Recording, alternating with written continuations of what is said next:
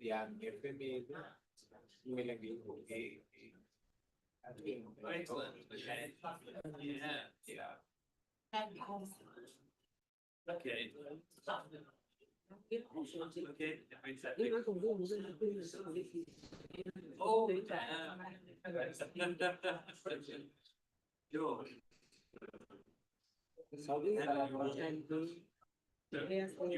You moved everything and you lost. Trip back. And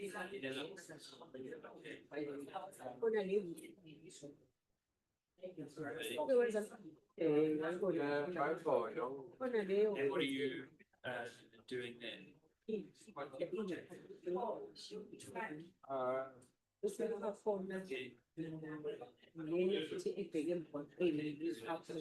oh yeah, very good.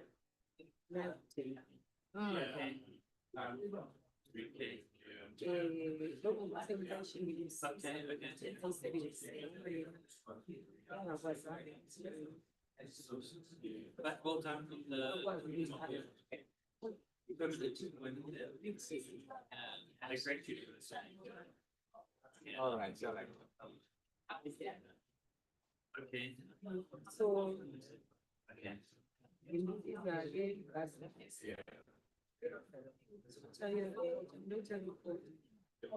my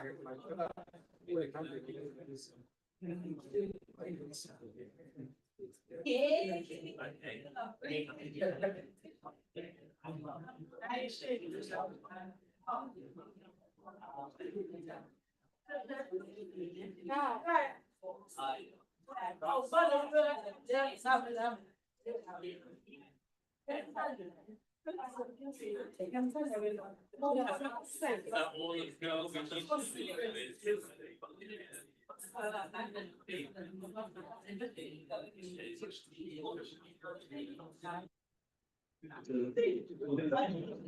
No.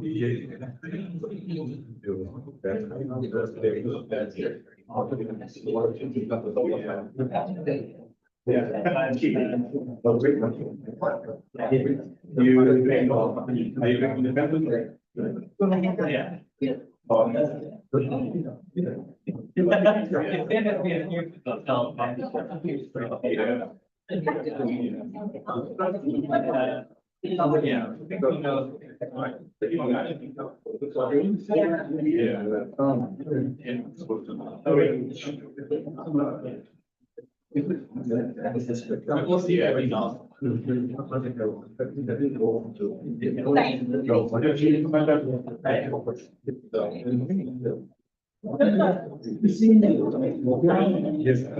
Yes. Yes. Sounds good. Yeah.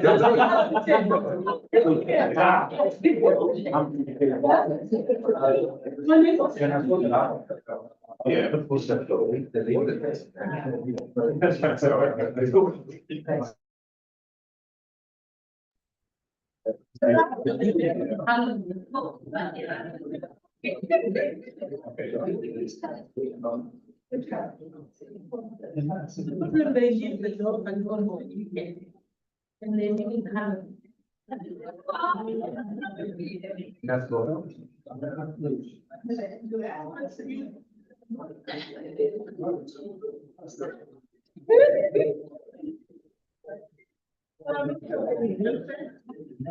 Yeah.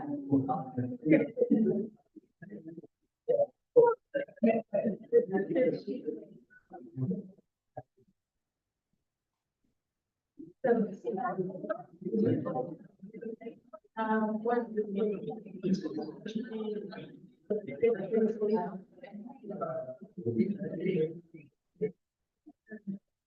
Just because it's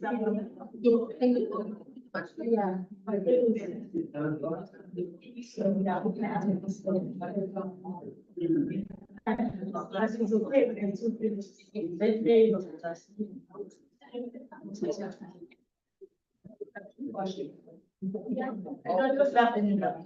We have nothing.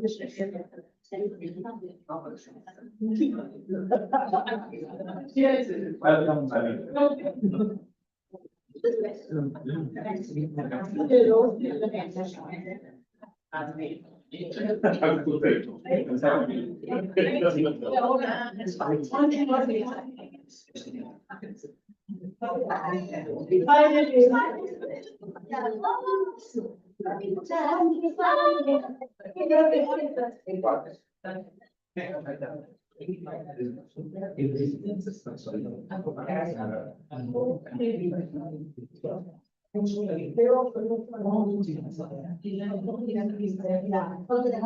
Number one. There you are. Oh, yeah.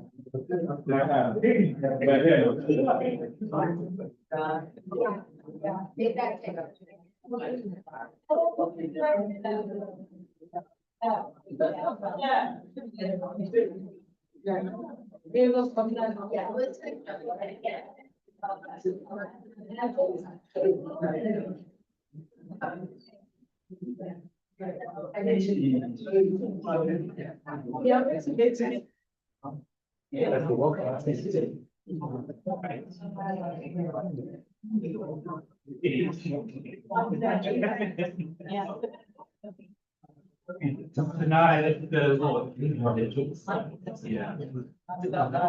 Yeah, thinking about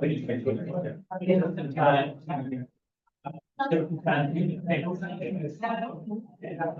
No, it's fine.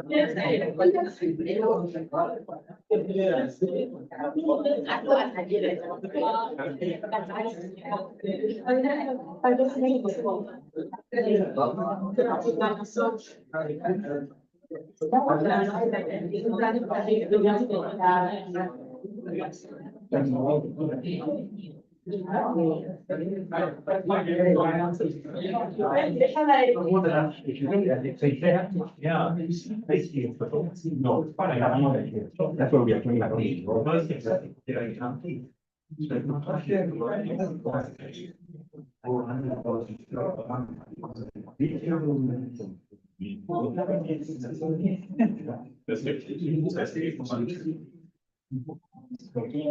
All right, so. We can.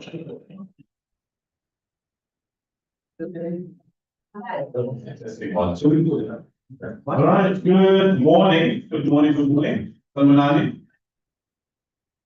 Sanmunani. Yeah, Ninjani. I don't know if you've done the bell, but I was like, okay, that's my signal. School is on. Man, such trauma from my grade 1 and 2 years. Good morning, everyone. My name is Sona, I'm Sona, as some of you might know. If you don't know, welcome.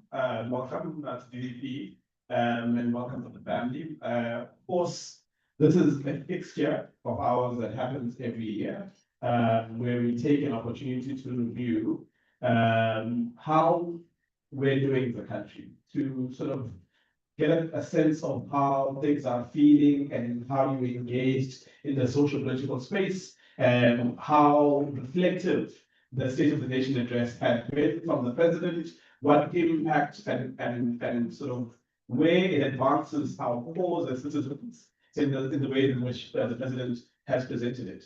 And of course, as just of course like himself, mentioned in the speech, there are a number of milestones that this country is engaged with at the moment.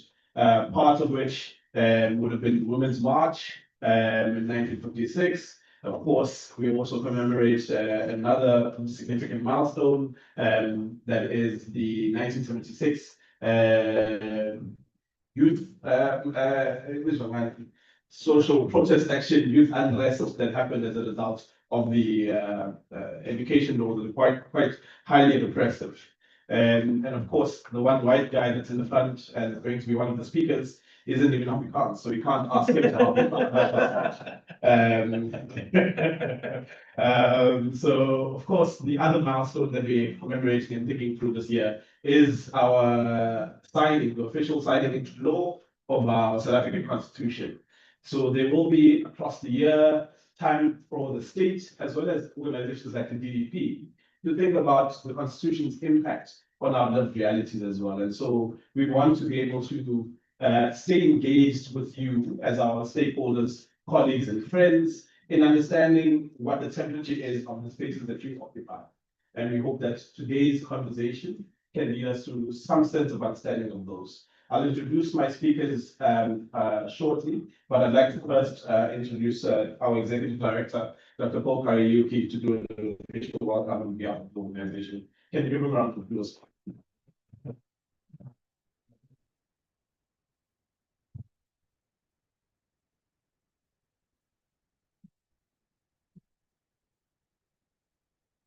Right.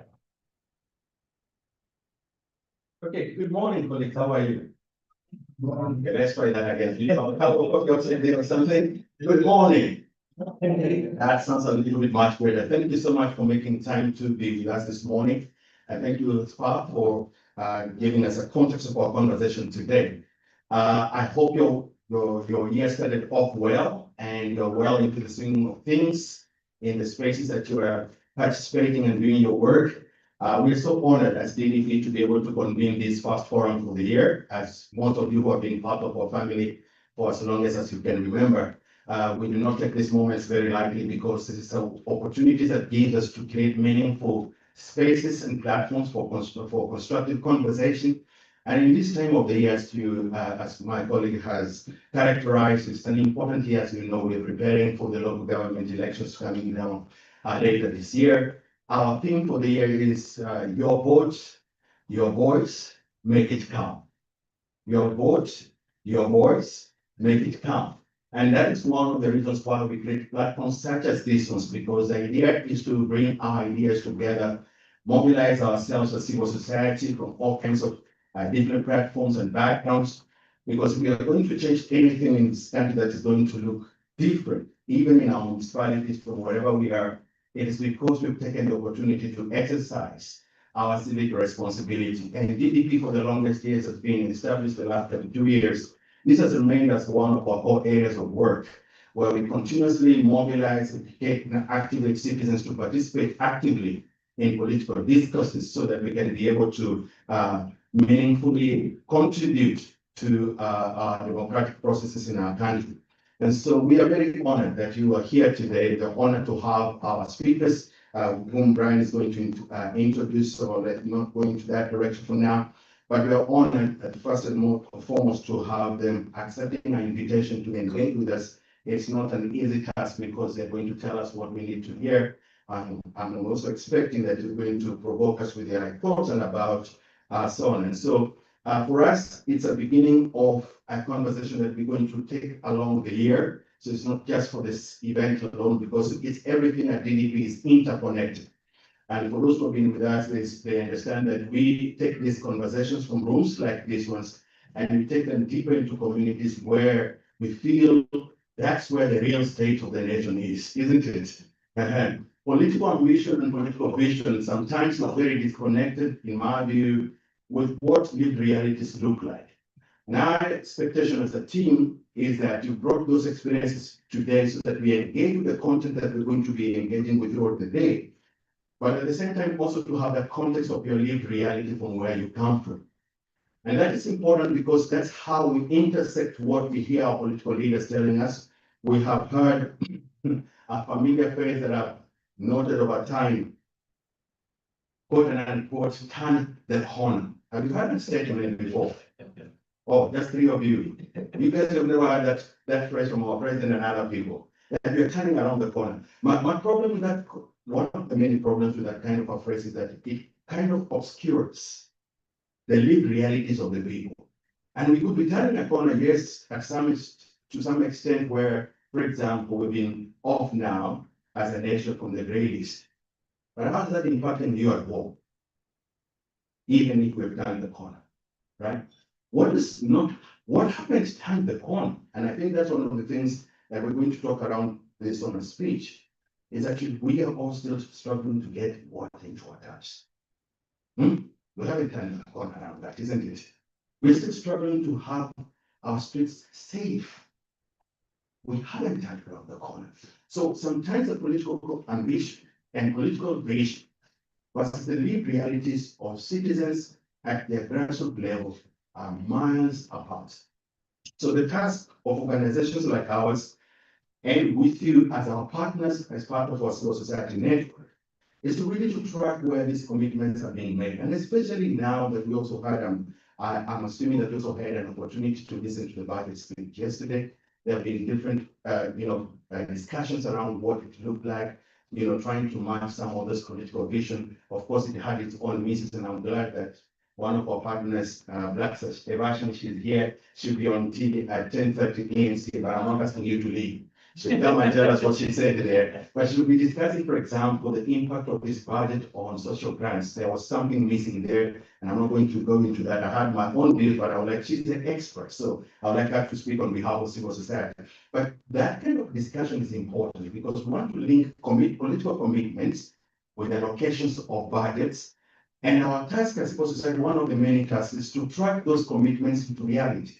Whether in the first place, whether those amounts of money that are being committed actually are going to be spent, number one, and if they are spent, where are they going? And number two, are there enough mechanisms to ensure that that money doesn't go elsewhere? And I leave it there, don't quote me. So, or delete it. So, with those few words, I would like to encourage you to engage as openly as you can together with us. Make the most of this time because these conversations will come possibly into some of the communities where we belong to through our partners in different discussions we're going to have and help us to mobilize as many of our citizens as possible. To register to vote, isn't it? Real commitment to change the status quo begins from there. We have to be registered to vote. Secondly, we have to engage with these conversations even in our communities. And DPP is committed this year. We have quite a sizable number of dialogues that we're bringing to different communities. In fact, we translated most of 85% of our budget into community-led discussions. It's not just for the sake of talking. It's because we want you to engage with the context in preparation for the local government election. So you're able to make better decisions, informed decisions when you engage with the political parties that you're going. Of course, they're going to be selling their manifestos to you. And we're also going to create opportunities for us to engage with the different political parties, one of which will be here in some stage during the year. But some of those multi-party political engagements will happen in the communities where you are. And once these details are confirmed, they'll be shared on our website and on other platforms so that you can track them. And you're most welcome to join us there. It is important to remind ourselves, my dear friends, that holding leaders to account is not an option for us. It is a must. Welcome and engage with us. Thank you so much. Right, thank you very much. Paul, I thought what you were saying about corners, the problem with turning corners, you might end up in the wrong direction anyway. So, luckily for us, unlike our sister country, is it a sister country if they don't like us much? The US has State of the Nation yesterday. Yeah, at least we're not going into oncoming traffic when we turn the corner, as they likely are at this point. I don't know, we're streaming this live, so they might just, if anyone from the constitution here, I enjoy your programs very much. You take it. All right, so what we're going to do now is have our first speaker up, and of course, in GDP fashion, we have people who are part of our pool of associates who graduate and become some of our key stakeholders in their many instances. So I'd like to invite firstly the Siologasi Futo, who was rather on the DDP comms team for what, 2 3 years? 2 years. Okay, for 2 years. And she's now the SA Research Associate for the Sabrio Institute. She's a development practitioner, political analyst, and of course, probably over and above her comms work at DDP, you likely would have interacted with her on SABC quite significantly, seeing her political analysis insightful and incisive, analysis that could give it in that sense. So she is passionate about the struggle against socioeconomic, political health and health challenges that affect young people. She holds a BA in Matrix Communication, History and Political Sciences, and an honors in Political Sciences and International Relations, both from UFH, the very important institution, at least in terms of the Black leadership cadre of our country. Cadre doesn't just mean a particular political party, it's a cadre of people. It's a foreign language, but don't always associate it with one political party. She has a certificate in project management, and she's currently pursuing a master's in multidisciplinary human rights at the University of Pretoria. We'd like to welcome you, Chan. Please give her a round of applause. So you want to do that for the next 20 to 50 minutes. So as we have our speakers come up, the intention for having these speakers is not to say that they know everything, that they're going to tell you everything in reaction to the Sona itself, but it's just to nudge us and make us think about certain aspects of it. And of course, we'll still get an opportunity to hear directly from you as citizens, as people who are activists, as people who are involved in politics, what your reflections are. And perhaps to get this out of the way, yes, we know it could have been an email. Yes, we know you could have just sent us a WhatsApp voice note and said, this is what I want to say. But substantively, what are the things that you grappling with as it relates to the state of the country? How do you feel that the president has positioned it in a way that sort of reflects where you are? And of course, given that we've also had the budget speech yesterday, how do you think those two things marry? Or how are they divergent in that sense? So that's part of what we'd like to be engaged with. Of course, welcome. Thanks. Good morning, everybody. Good morning. Good morning. Good morning. Yes, my name is Yerogazi, as introduced by Spamandla. I'm no stranger to DDP, as you have heard. I've worked with the organization and comms associates, but most importantly, I've engaged with the work that DDP has. And today gives me a great pleasure and a heightened responsibility to speak about Sona, because sometimes when I speak about Sona, I speak on a very critical position that I'm trying to critique what the president is saying, and I speak on top of my brain, and of course views and stuff like that. But today I realized that I don't just want to make headlines and actually speak because I know stuff, but I want to speak as a person who's concerned of this country. So I decided to pen my thoughts down so that I don't just ramble here, and I take you with me in terms of my thoughts. So let me begin by expressing my gratitude to DDP leadership, the board, Executive Director Dr. Paul Karmiki, and the staff at DDP. They're not just an organization that hosts forums like this, but they live and breathe democracy and governance and accountability. So this year marks 30 years of democracy. It marks a great year of the constitutional democracy that everyone prides of. We say our constitution is the best constitution that ever existed. We say that this has been 30 years of dreams, of aspirations, and of hope. But honestly, over the past 30 years, the 3 decades, nothing much has changed. The democracy is quite strong. Our constitutional rights are quite strong, but definitely there's a lot that needs to be done. It is 30 years that we must confront the uncomfortable truth. Our democracy has matured, but our socio-economic transformation has lagged behind. 30 years have been characterized by persistent, devastating triple threats, inequality, unemployment, and poverty. This is no stranger to South Africans. We know the impact of inequality. We know how unemployment it is, how taxing it is to young people, and poverty. It is seen in each and every eye. Today, approximately about 38% of South Africans are living below the poverty line. People can afford to buy bread, can afford to buy sanitary towels, and can afford to buy water. That is the basic necessity from our constitution. In his 2026 State of the Nation address, the president, he did remind us that our constitution has given us the rights to address the injustice of the past. He has given us rights for all South Africans to have access to housing, healthcare, food, water, social security, education, and a prosperous life for all. How poetic.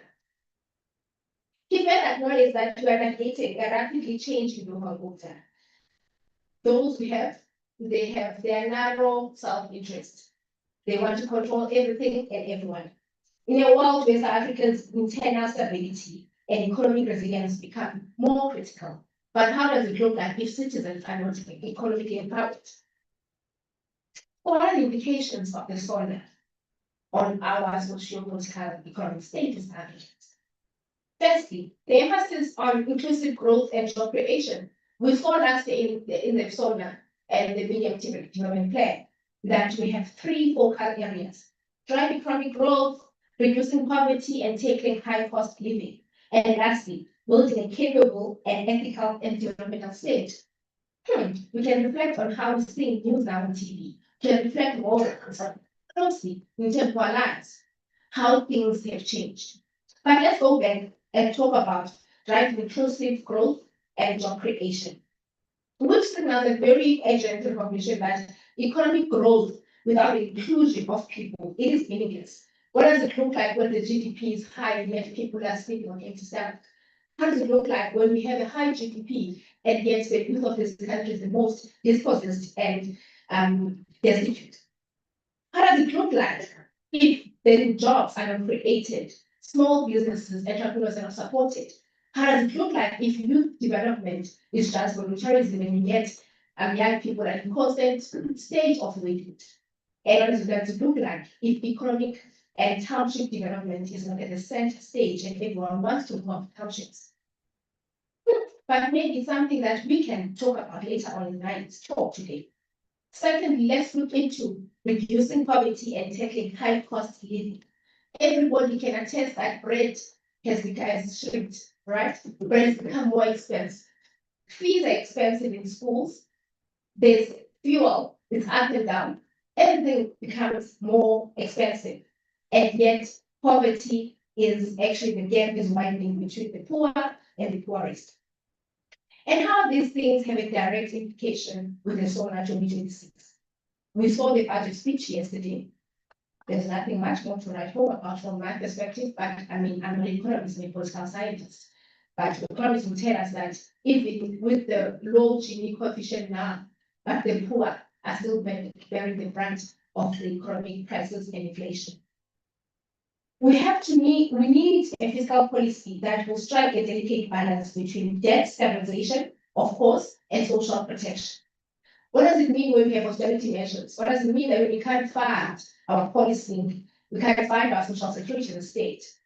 If Home Affairs staff do not have integrity, how do we then use Home Affairs as the first line of defense for the country? How, if the police are not funded well, if security is privatized, what does it mean for citizens? What does it mean for you and me who can afford private security? Of course, without economic expansion and investor confidence, redistribution will not be sustainable. This therefore needs people to be empowered. Yes, social grants are important. Yes, the social relief distress grant is important. But a state is not necessarily a state that's successful because it provides social welfare, but a state that citizens are participating economically meaningfully. Trust me, no one in this room right now would choose just to have handouts more than working for their income. Because as we know from school, the Maslow hierarchy needs everyone wants to have a particular level of self-actualization, right? So it's important that our state doesn't focus on social welfare and we charge for grants, but we charge for job creation, where young people are going to meaningfully contribute to the economy. And lastly, let me speak on building a capable, ethical economic state. Of course, I'm going to speak from a very cheeky position because there's Madlana Commission, there's ACO Committee, there's commissions each and every corner. right? We see crime that is rampant. We see a state that is seemingly incapable of governing. We see a state that is seemingly relinquishing its power to the private. But capable state speaks directly to government failures, that our trust in the public sector is quickly being eroded.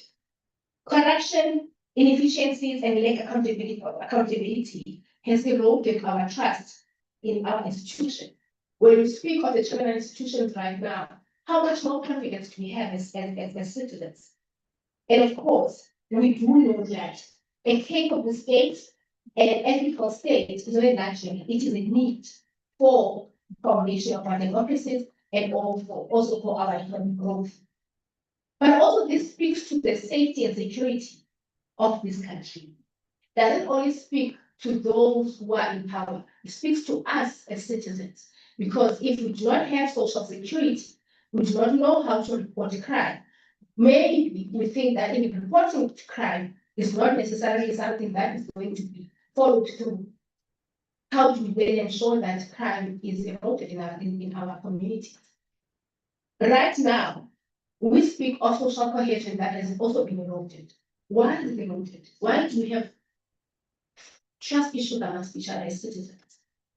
Why don't we trust each other? Why are citizens so frustrated? Why youth today are so destitute? They are pathetic, so they say they're disillusioned because social security has been eroded.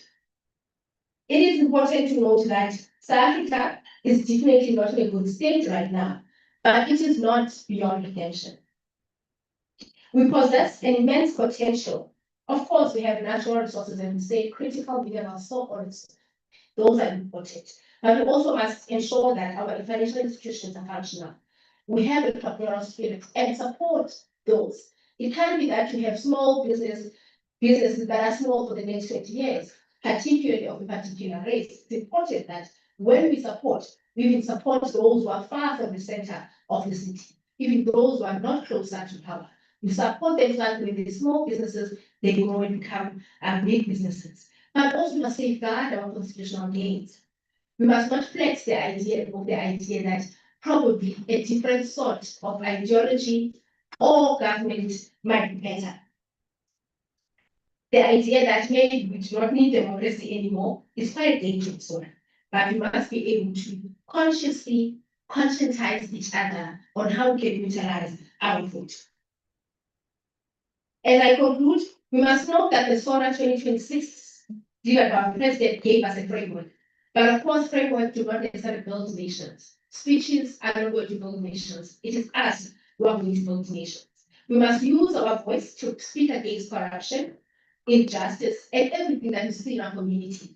But two, we must also use our visibility to participate in community meetings. Forums like this one is not in vain. We must ensure that we shape the discourse of our country. Of course, we must use our vote to hold leadership to account and shape the direction of our nation. For young people in the room, do not sit back. Democracy is not necessarily a spectator sport. It is a contact sport. You must participate.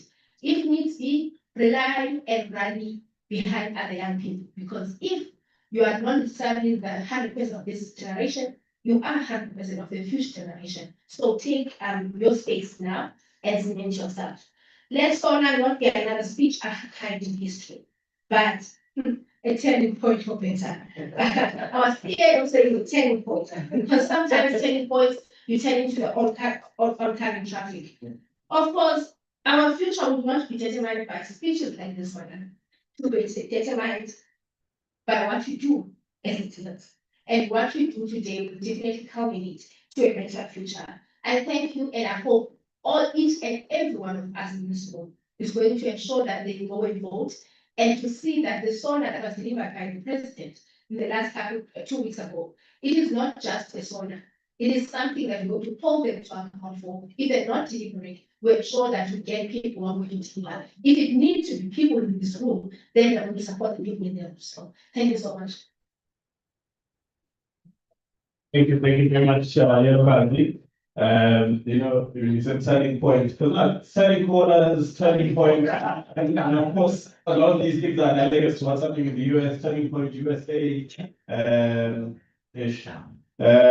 So interesting stuff that's come out from your guys in terms of her presentation. She underpins her presentation on the idea that the triple threat specifically are things that still haven't been dealt with sufficiently. Interestingly, perhaps connecting yours and Paul's welcome speech and the conversation around social grants. Ivashni's presentation later on will be more impactful in that instance. So we welcome. Of course, you know, in the deep end all the time. And so we're throwing you in front of the bus. I think we'll keep with the puns around traffic for the rest of the day. Yesterday, I was doing homework with my son, and the subject of isiZulu came up, and I haven't learned isiZulu scholastically since grade 3. So I'm not been a student of isiZulu. Ngiyasikhuluma isiZulu because that's a language we speak at home, but I don't know like figures of speech isiZulu. How do you explain all of that? So I had to tap into my network, and one of my friends Kiza works for Kozi FM. And I say this not to brag. I say this not to brag, but to highlight the virtue of setting up a circle of people that you can trust and care deeply for and that can help you going forward. And of course, to introduce my next colleague and friend, Mr. Matthew Kimball. We all met back in university through the Howard College Debating Union, and of course, our paths have merged once more because the expertise significantly different spaces, but at some point there's an intersection. The work that we do in terms of democracy and civic education leads us to leaning on the skills of multiple people in different sectors. And so we'd like to rely now on Matthew's sort of baby. He's been working on this since he started his post degree education around conflict and the presence of the military in particular. And I don't know how many of you picked up on some of the notes around the deployment of the army. And that's concerning on a multitude of levels. But I thought, let me bring someone whose work it is to study this in depth and to tell us a bit more about where we are in terms of the state security infrastructure, to the extent that we see the deployment of the army. And I say this with all the care in the world. I understand the state of violence that people are living under in the Cape Flats. I understand the degree of complexity as it relates to the illegal mining operations that happen in this country. But at the same time, we can't reflexively think about deploying an institution that's not meant to be working amongst people in civil life in the way in which we're doing at the moment. So perhaps Mr. Matthew Kimball was a lecturer at the UKZN School of Law.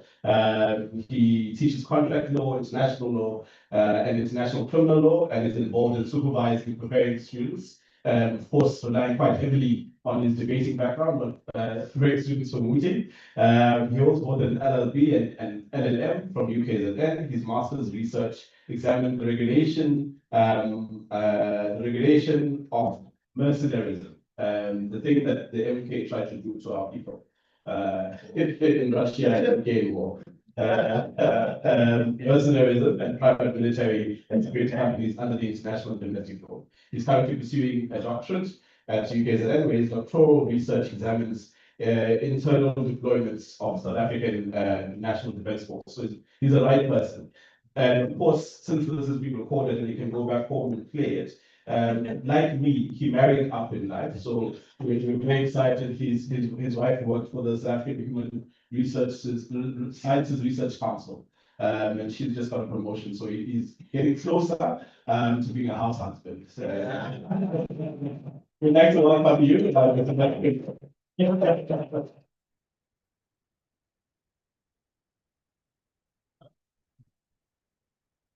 Thank you, Commander.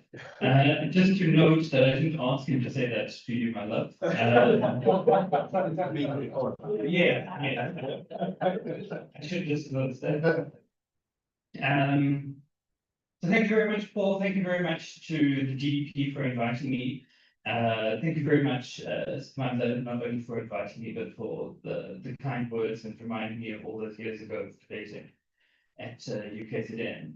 But mostly thank you to all of you for being here. And I really do look forward to hearing what you have to say, not just about what I have to say, but about Sona in general. I think my area and what I'm going to talk about in relation to Sona is very specific. So I'm really interested to hear what everyone else has to say about Sona. I think I have a lot to learn in relation to that.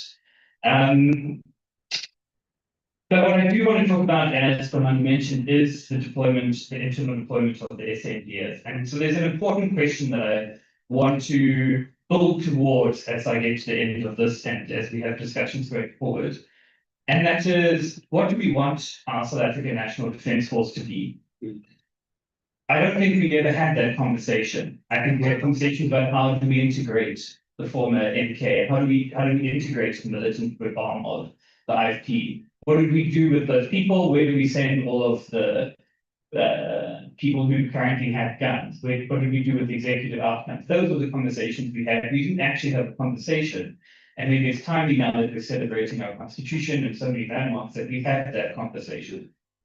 But to Sona and the deployment. So as you may well be aware, at Sona it was announced that the SADF would be deployed to the Western Cape and to Gauteng. The context for both of those is that they are being deployed there to combat organized crime. In the Western Cape in the form of gangs, and in Gauteng in relation to illegal mining activities that are ultimately funded by and seek to fund organized criminal activities there. And to note that no one is involved, citizens are not involved in that, people are not involved in that because they wish to be. There are a few people who may always want to be involved in criminal life, but most people are forced into those situations, right? As was previously mentioned, we would all prefer to work in the area that we would want to be, to utilize our skills and talents to the best of our ability, not to engage in illegal activities. The other context to this deployment is a crippled, poor, on the way down, depending on your stance and I guess your political persuasion, a poor South African police service. That is the inefficiencies of which and the rot in which is highlighted to us on an almost daily basis at the ad hoc committee and at the Madanga Commission. And so we're seeing in real time how in desperate need our SAPs are for support. So the South African National Defence Force is going to be deployed to both of those regions. We don't yet know a date. We don't yet know the length of time that they're going to be deployed, both of which has huge consequences for our budget. But I see we're talking about that later, so I'll talk about the money given there just now or later. But also we don't have the mission. So when the mission objective, so when the SADF is deployed internally, there is their mission objectives are government gazetted. These are what's meant to happen. And it's important because that tells us what they've been told to do. So for instance, when they were deployed under the July unrest, they were told do not retreat and you are authorized to fire. So thankfully they arrived when everything was de-escalating, but you can imagine the situation if they somehow got there on day 1 or day 2 and were told don't retreat, you can shoot your citizens. Right? It's a very different July unrest would have pursued. So we need to know what those details are, and we don't yet know those. Their deployment operates just to get the law out of the way, otherwise I wouldn't be doing my my employer proud. They're deployed in terms of Section 201 of the Constitution, which is given force by Section 19 of the 2002 Defence Act, which, as an aside, and I'll come back to later, is concerningly not very different from the Apartheid Defence Act. They're kind of almost continually deployed under what's called Operation Prosper, which has been in effect since 2019. So although this is making headlines, they've been almost deployed constantly, or at least been authorized to be deployed constantly since 2019. And when they are deployed, they're given pretty much the same powers as SAPs, except that they can't arrest, they can't detain, and they can't investigate. And what they need to do when they're deployed is they need to be deployed with the South African police. So they're not meant to be an alternate, although often that is what happens. And that certainly worryingly seems to be the narrative that is coming about. But I'll talk about that in a moment. When they are deployed, there's very little actual oversight by Parliament. So even Mr. Ramaphosa spoke about the fact that he will report to Parliament, and that is actually the extent of any oversight that exists. He tells Parliament, and Parliament has a subcommittee on defence that looks at it and discusses it. I've read most of their minutes. They're very seldom in opposition to it. And they all think it's a great idea. The one time they didn't was when the deployment happened for the EFF. The EFF members were very upset for one meeting, and the next meeting they're back to being fine about it. So, and that's the extent of the oversight, and that it sometimes gets government gazetted. Although not always, because they seem to be relying on this loophole where they claim it's a renewal of a previous deployment, which actually isn't allowed in terms of the Act. Anyway, so there's very little oversight, it's just this reporting. So let's talk about some of the positives. We'll start with the positives because it's nice and short. So the positives that have been highlighted with this deployment is that it does provide a period of peace, right? Multiple reports on criminality say that what deters criminals is if they think they are going to be caught, right? Not necessarily the amount of time that they're going to serve or the consequences, but if they know they're going to be caught, they are much less likely to partake in criminal activity if they don't think they're going to be caught. So there is going to be an initial period of peace with it, or much greater peace within the Western Cape and within these areas of Gauteng. Okay. And so it's an initial deterrent. And what ideally would happen is that would give the police an opportunity to, within this period of peace, to then go about and do the actual work, to go about and address the key members of these organized criminal enterprises. Okay. And that's what a lot of commentators have been saying about this, is that sort of your best case scenario. But I have two big problems with this positive. The first is that that's still dependent on SAPS. So if we say that SAPS is unable to do the job, but in order for it to work, it relies on SAPS doing their job. I don't know where that happens. And then secondly, is that it's dependent upon a lot of cross-departmental coordination. So SAPS needs to be working very well with the SANDF, with the Department of Defence. And historically, that's proven to not happen. So we have historical context. The SANDF were deployed into the Cape Flats in 2019 for the exact same reason, for 9 months, in 2019 to 2020. Lots of complaints about the lack of coordination and cooperation between the SAPS and the SANDF. And ultimately, several years later, we're back in the same situation. And even the July unrest, there was again complaints about a lack of coordination between SAPS and the SANDF. And an unwillingness of connecting people into your different various briefing meetings and coordination meetings. So it's dependent upon SAPS doing their job, which we've told they're having difficulty with, which is why we need the SANDF, but it's dependent upon cross-departmental coordination, which historically hasn't proven to be there. So that's the positives, I think. So then on to the problems. And again, a lot of people have highlighted this when commenting on it. So the first is that there's just no budget for SANDF. And we'll come to later when we talk about the implications for the budget, how actually what they're being given isn't actually anything. And that even the billions that they receive won't help that problem. So they're heavily under-resourced and underfunded. They've constantly had budget cuts over the past decade or so. Also, as has been highlighted by many others, the South African National Defence Force is not trained for this. They're not trained on community policing, right? Their training is, if you are shot at, the appropriate response is to kill that person.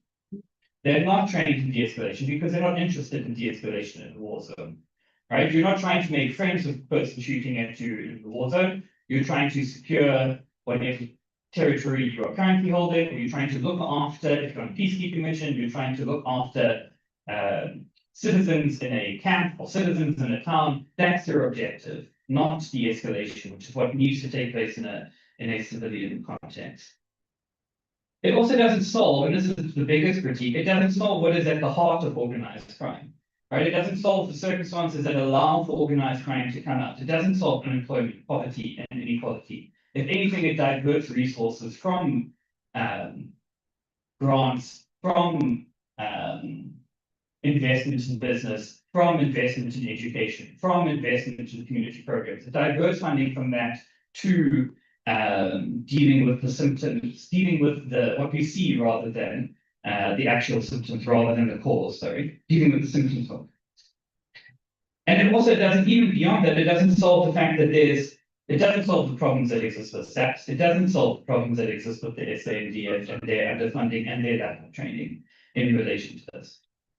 And what it also does, apart from potentially waste funds in the long term, is that it detracts the SANDF from what their actual mission should be. So often when I talk about this, I'm asked, well, do we even need a military? And we sort of do, because what the military should be doing is engaging in peacekeeping missions externally, right? Because a stable Africa is a better South Africa. And economically prosperous Africa is economically prosperous South Africa. So we should be helping, however far away they may be, we should be helping our brothers and sisters in the rest of the continent. Okay, and closer to home, we should also certainly be helping our neighbors. So as I said, it detracts the SANDF from that actual mission. But there's an important piece of context that I haven't seen many talk about and want to bring to you today, and this is partly the focus of my PhD, is that the army is a historical context to SANDF deployments or to military deployments in South Africa. So the army historically has been used as a tool of oppression. Okay, and not just thinking back to the 70s and 80s when they were deployed to townships to actively undermine protest movements and protest parties and activities and protesting against the apartheid regime. But all the way back to their very inception in 1914, when Smuts created what was then the Union Defence Force, their very first deployment, the reason they were created was to shut down a miners' strike. That was in 1913, there had been 1913 there was a miners' strike, it was successful. The response from government was, we need an army. Why? So that in 1914, when there's a general strike, we can deploy the military. And in 1923, the Rand Revolt. The only time South Africa has been bombed by the air was when the South African Defence Force bombed it. They bombed Benoni, which adds to the list of reasons not to go there. But so the military is not that part of what it is capable of being. It was designed as a tool of oppression. It was designed as a way for the executive to keep control over people and citizens, and we don't want that replicated. But we've seen that in our democratic dispensation, we've seen an increasing number of deployments from 2009. We've seen them deployed during COVID and the Colster case where a person was killed as a result of military intervention. We saw them being deployed in the July unrest, and most concerningly for me, we saw them deployed in response to an EFF protest, where if you take the headline, Army deployed in response to political opposition, fits alarmingly well in a 1960, 1970, 1980 newspaper. And yet we seemed fairly relaxed about the whole situation, worryingly. Again, because I don't think we've had that conversation. So to sum up and to quickly answer, to slightly remove my academic hat and put on my very small activist hat, so I would say that internal deployment should not happen. Right? I would say that it should certainly not be the norm in a democracy. What it speaks to is it speaks to major failures, not just within the SAPS, but of the whole system. Right? The army doesn't need to be deployed just because SAPs can't do their job. There's a whole myriad of failures that have to have happened for us to deploy the army, if we think that that is a valuable contribution that they can make. And so then the question is, well, then why is it happening? Well, it happens because it's a quick response. It happens because it's a response that doesn't require any input from anyone other than the president. It happens because, as I said, there's little progress, oversight, and accountability. It happens because it's a showpiece. We can take action and there will be a result. Certainly there will be an increase in peace in those areas. And because it changes the spotlight and the narrative. We're here talking about the SANDF, not talking about as well as unemployment and equality. But those are the key issues, those are the key problems. We talk about crime, not the causes of crime. How do we deal with the consequences? And so to connect in with DEP's Make Your Voice Heard, I think it's important that we need to make our voices heard on this. We need a conversation about what we want our South African National Defence Force to be. Because I would argue that the SANDF should be a tool for the people of the country, not a tool for the president to decide how and when they want to deploy it for political gain. Thank you.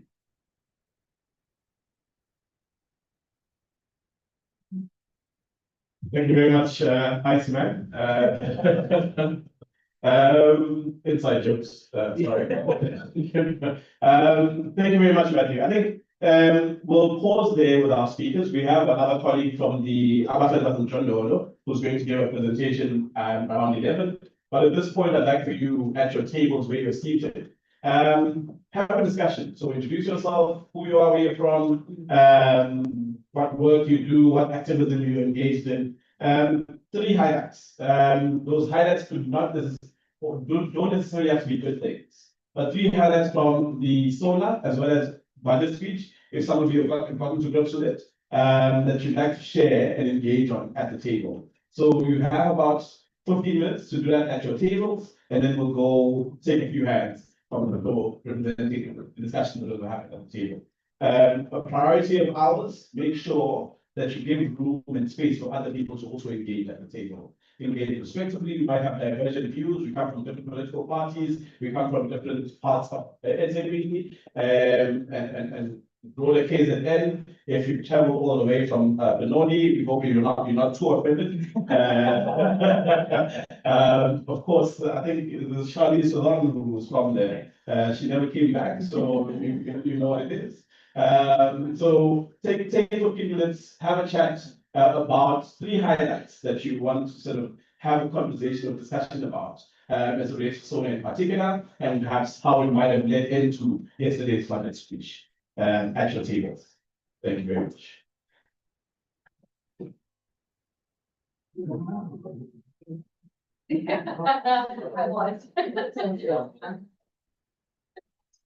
was. No, I know it was, yeah.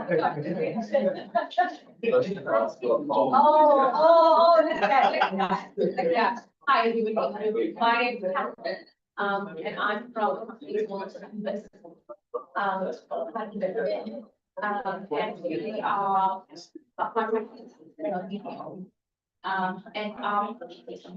we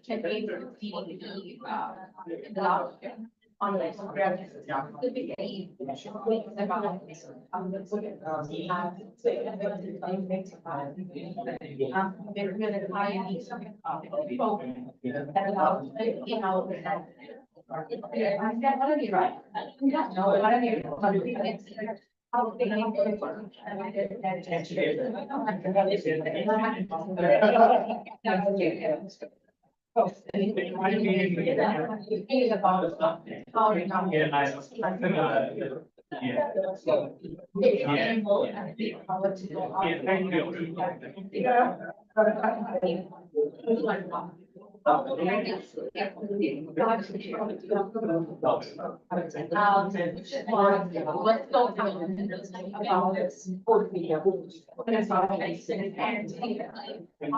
online program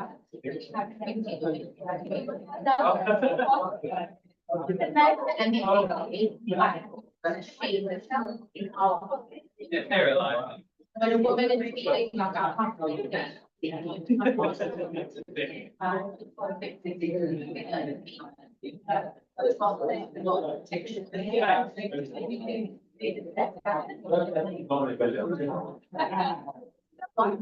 we are about, at Marcus Girls.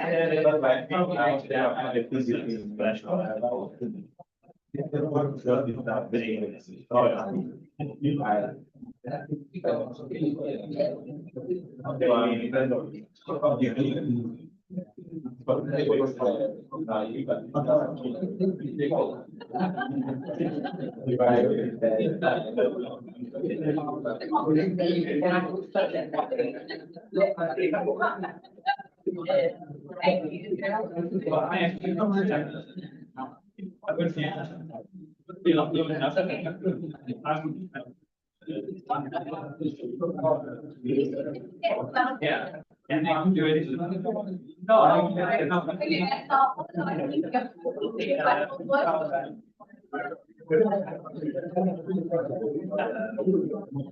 Also, we're trying to have this.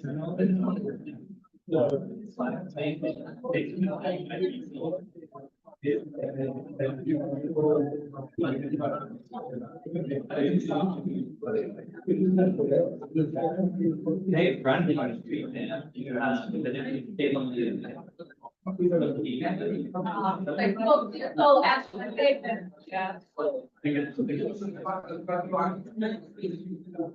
Oh, actually, yeah. Oh, that's,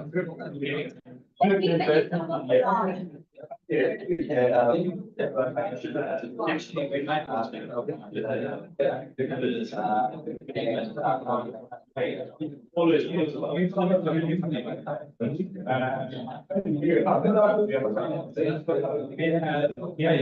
I don't.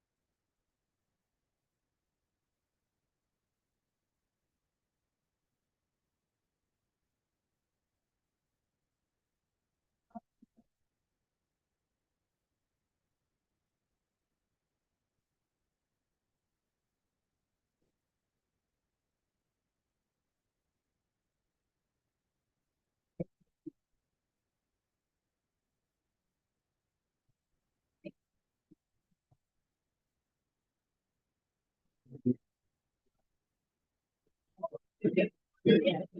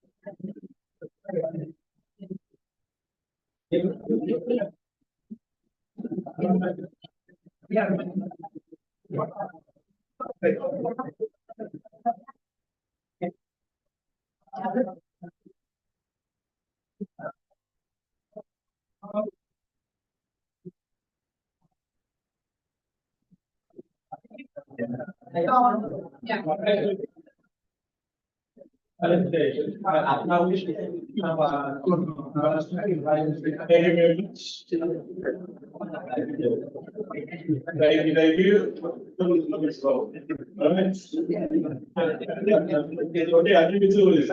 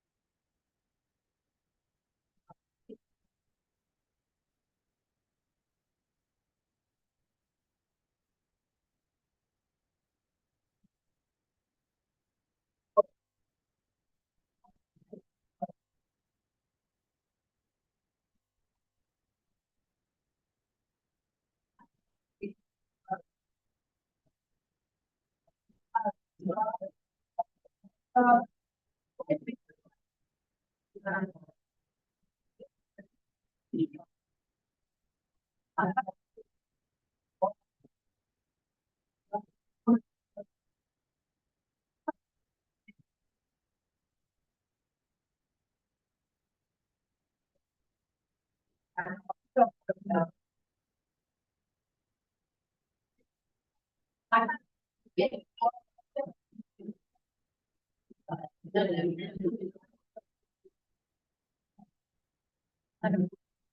you very much. The 2 minutes is up.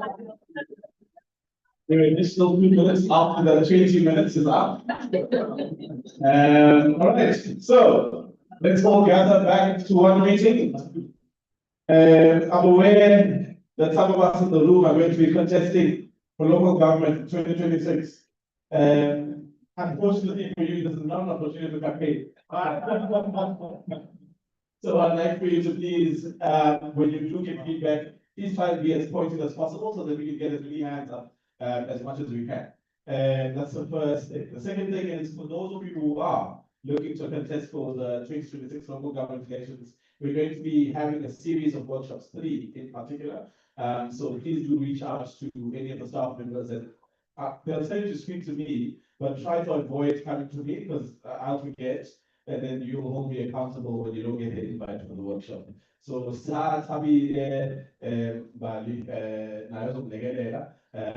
for anyone who's interested in those series of workshops. Of course, only if you're seeking candidacy, either as an individual independent candidate or as a from a political party perspective. That's the second thing. Thirdly, can I get some hands? Who would like to contribute to sharing on behalf of their table? So we have Owen, we have Muzane here. So we have 2 political parties so far. Yes, I'm watching. No, so let's start with Owen at the back. Yes, let's start with Owen at the back. You can come get not anymore. Okay, so let's start with you, member from the ACTP. You can use either of these hands. Remember, when you speak, I apologize for mentioning your political party. I know that what the things you'll be saying don't necessarily come from, or you're not necessarily mandated to speak on behalf of your political party. Come on, you can have this. Yeah. A round of applause. Good.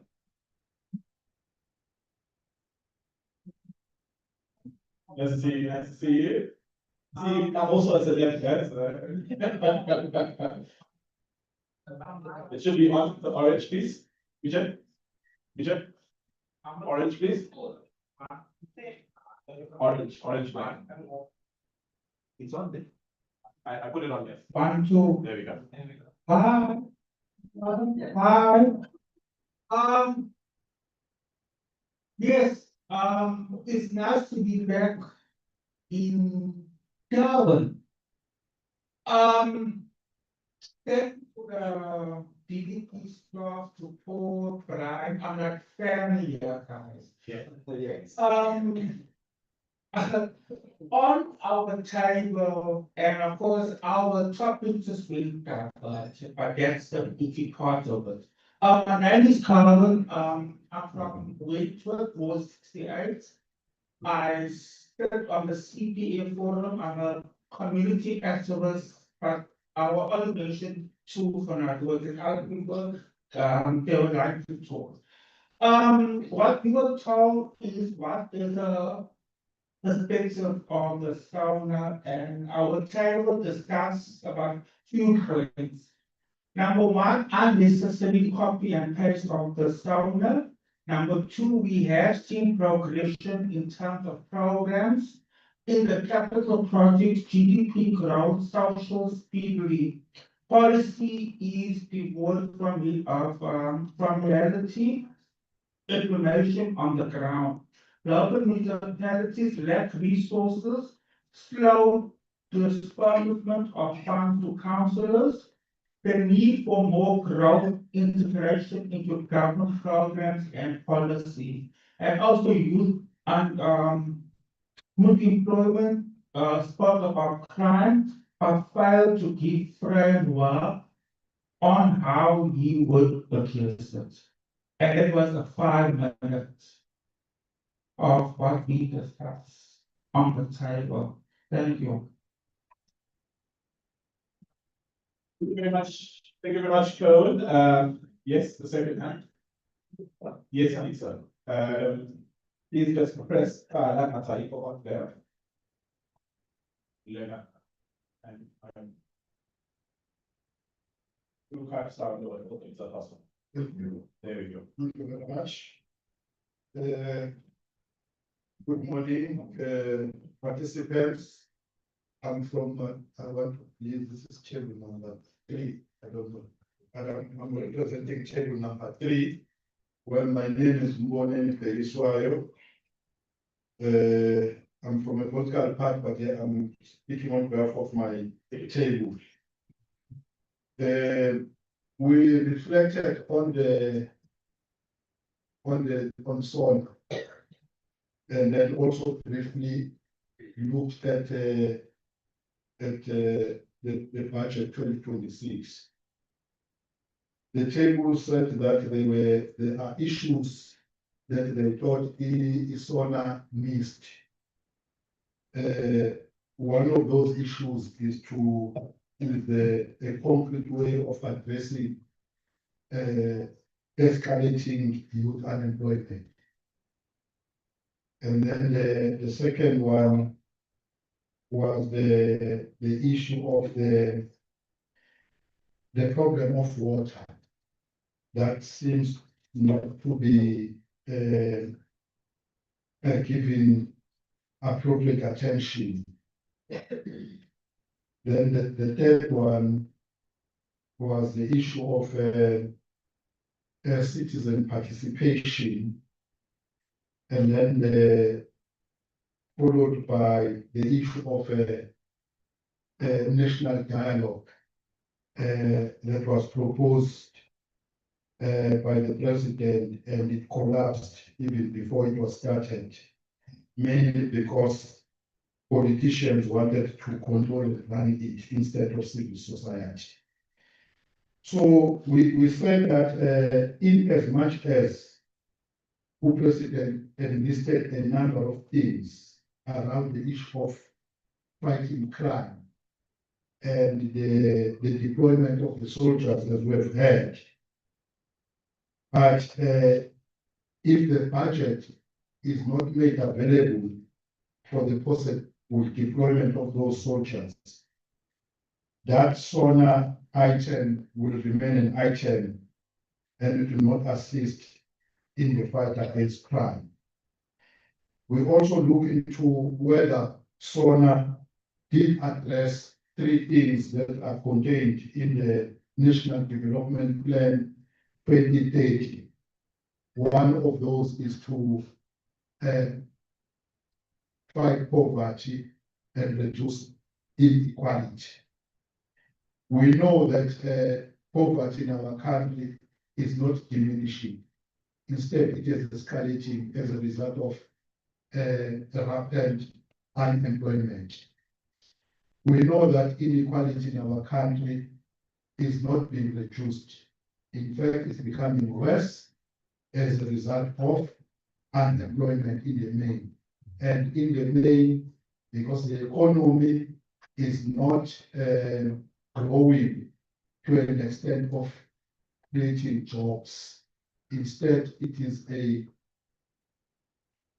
growing, it's not a growing, it's a diminishing,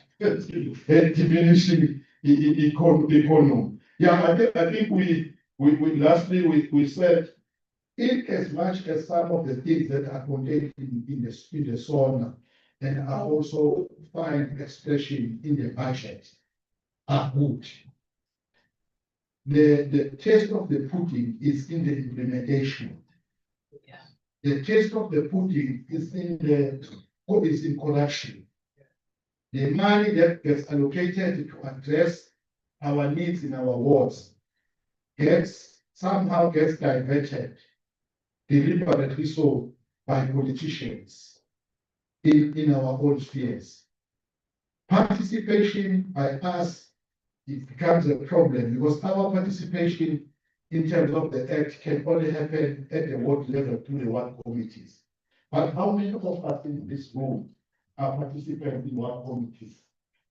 And there's a reason why people are fed up, because they go there, they listen to politics in terms of community development. Because that is what councillors do, because councillors are in charge of those committees. Something that DDP and some of us need to sit down and think about it, whether it is correct. If we say we want to do oversight, committee must do oversight, or what committee should be an oversight on the performance of the council in the area. Why should the councillor be the referee and the player at the same time? Why should the councillor be the chair of the work committee that must actually say, councillor need to do 1, 2, and 3? Because it's obvious, the councillor will suppress the divergent views from other people in that work committee. And only deal with what what favors him or favors his party. Thank you very much. Thank you very much. So we'll thank you, and then I think another hand, George, which will join you, second hand. That's how well I told you that, yes, we'll take 1 minute to say what. Greetings, ladies and gentlemen. Okay, I'm not going to introduce myself where I'm from. But at our table, there were a lot of concerns regarding what was spoken at the Sona. One of them were that no attention was given to the NPOs.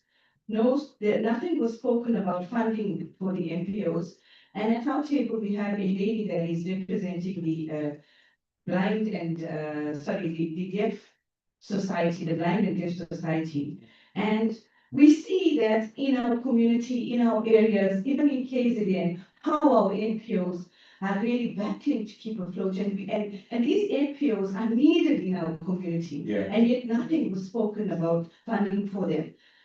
And then if we look at what was spoken about deploying the army, if you look back at, I know our previous speaker spoke something about that as well. But if you look back at the unrest time, a lot could have been prevented if the president, when he spoke on national television, he said that the army is going to be deployed. But what happened? The army was only sent after all of the damage was already done. When the buildings were burnt and looted, lives were already lost. And it was a bit too late for the army to come. I know that, like the previous speaker said, that it would have been a different circumstances if the army was there. But just the presence of them being there, the people would have been afraid to do what they have done. So many jobs have been lost because the president failed to do what he said he was going to do. So how do we trust him now at another Sona that year after year we hear the same things, but it's not really implemented?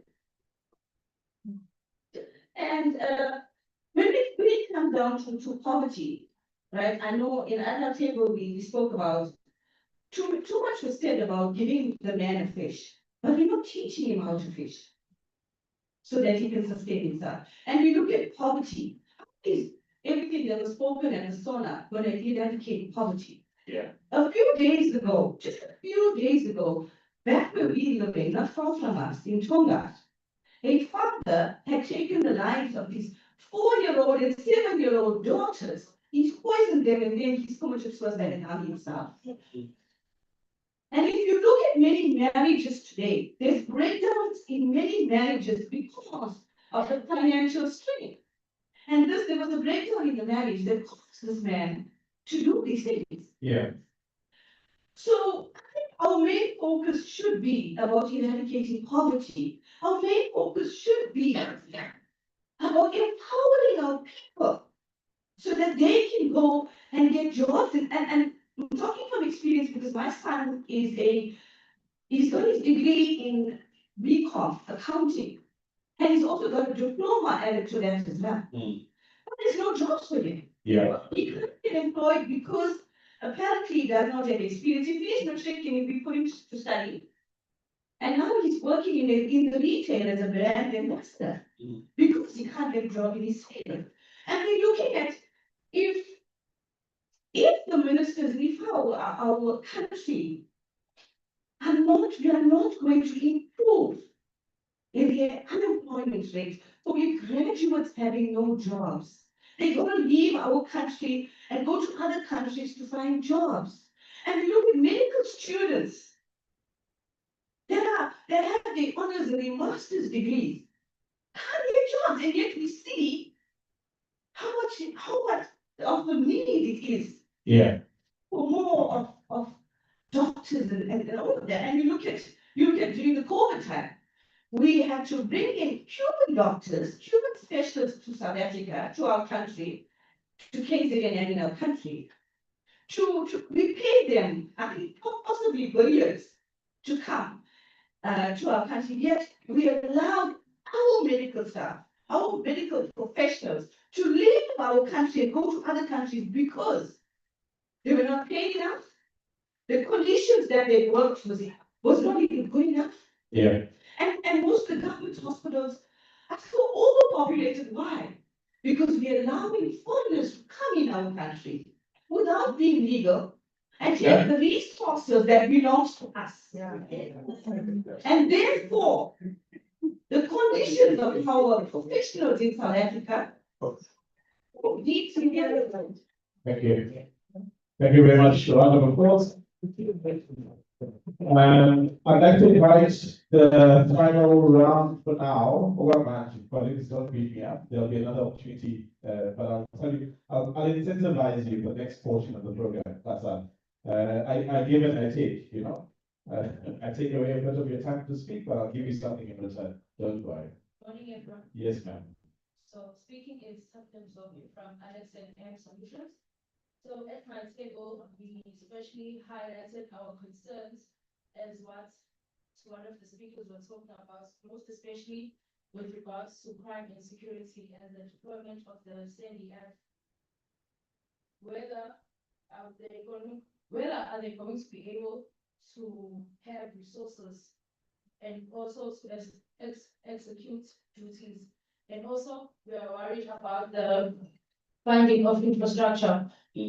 What we also want to also say is that we think that in the communities, people should be held together and also be told how much is taken out for funding so that the councillor can be held accountable if the funding doesn't actually go to the infrastructure.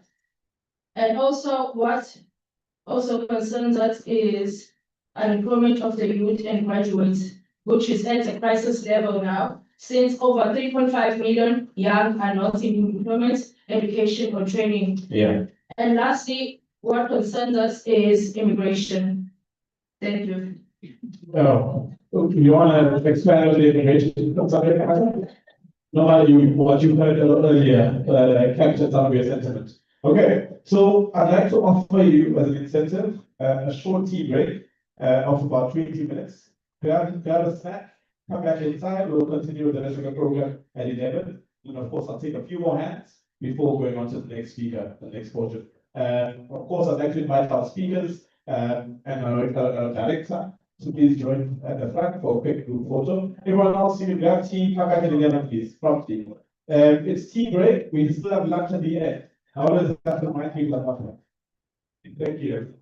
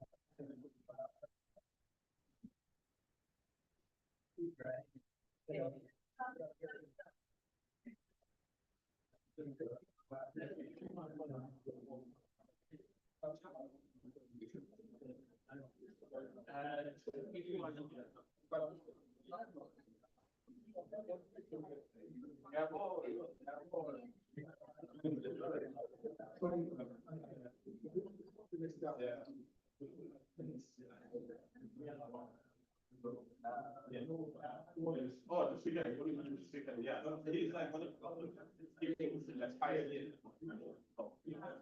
Yeah. Especially for him around the way.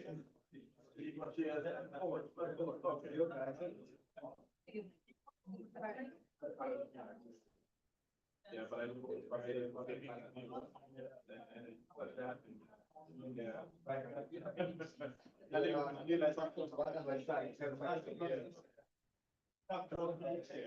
I'm gonna go.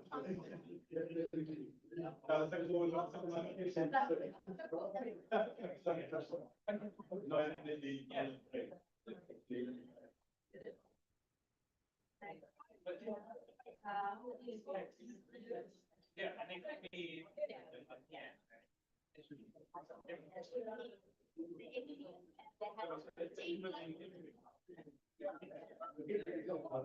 Yeah.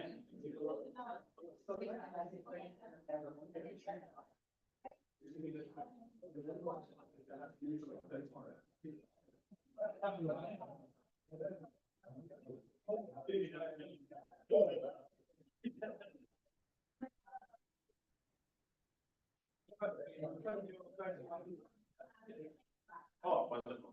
Okay, we're here with you the whole time. Yes.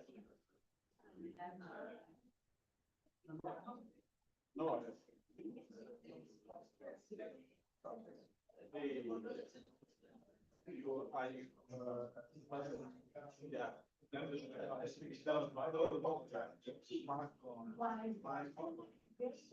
Yo, exactly, exactly. Both of you, that's the last two then. Okay, what's this? Okay, send them this.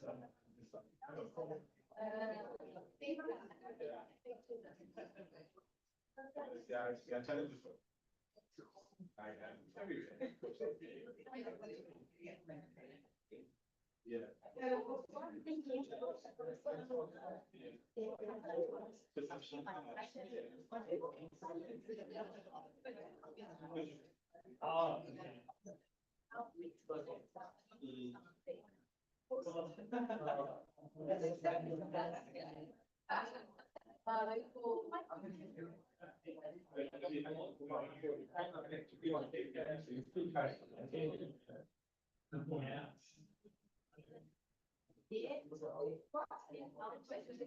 We've been having it.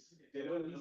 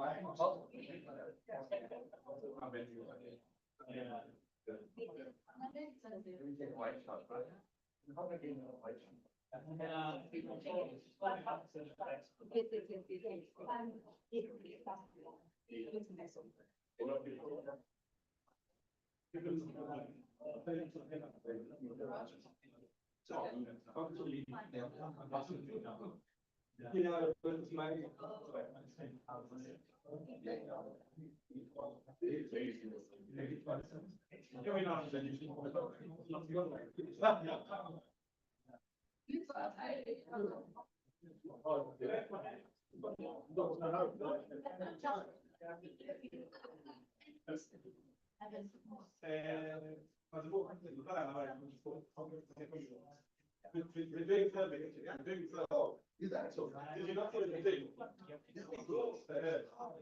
I'm telling you.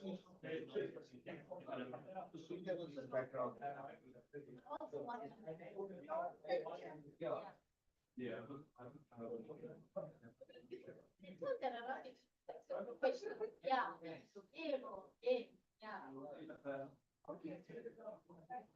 Hey, you look like.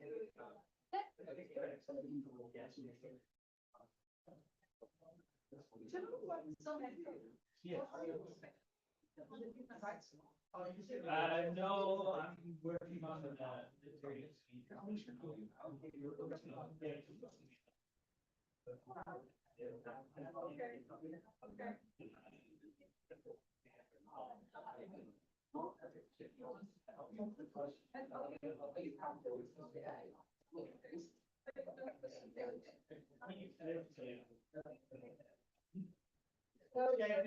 It's my job with the Sona.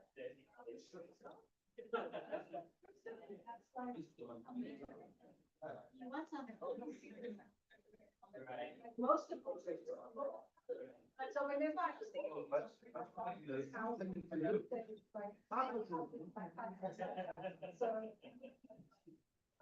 My six, I love my primary school, high school. Yeah. So I've always.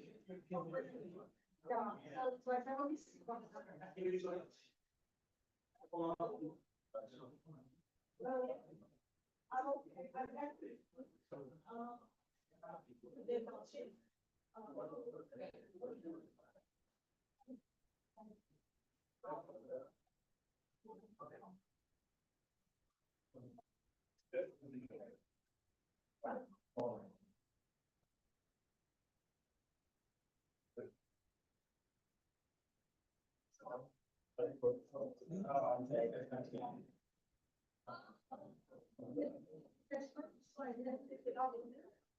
Okay, so five separate. One. Oh, wait, stop me. Don't worry, that timing is so perfect in this. Yeah. No, I'm saying. Hey,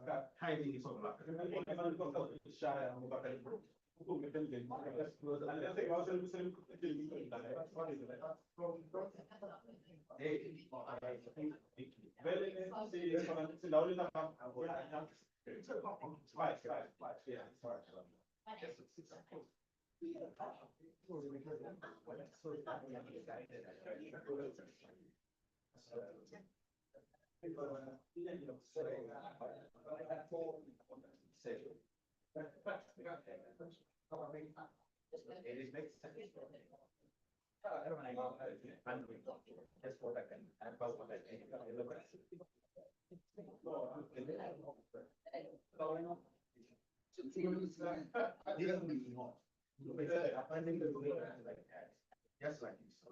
And this because most persons, especially down on high school, who's there.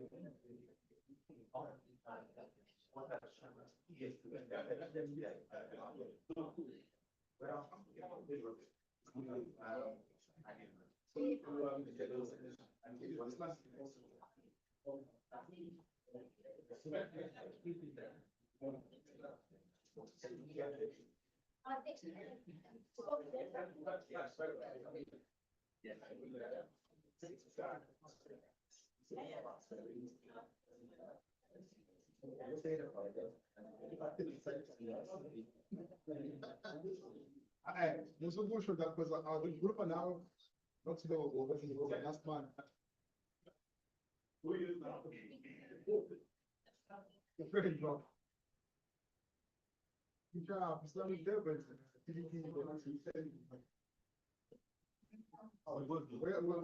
country is my father? Yeah,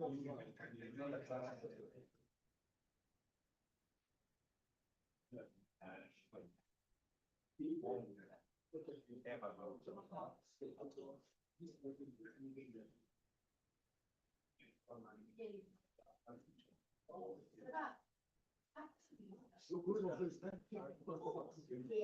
that was hard.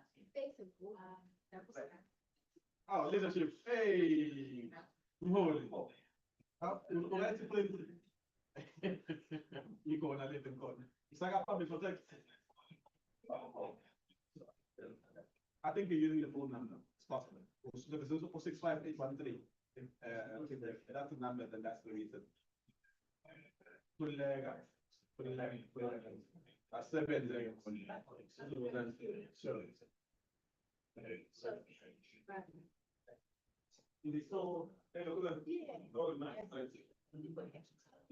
yeah, give them, do you have? The one you take. 470, the one I texted you. Yes. Yeah.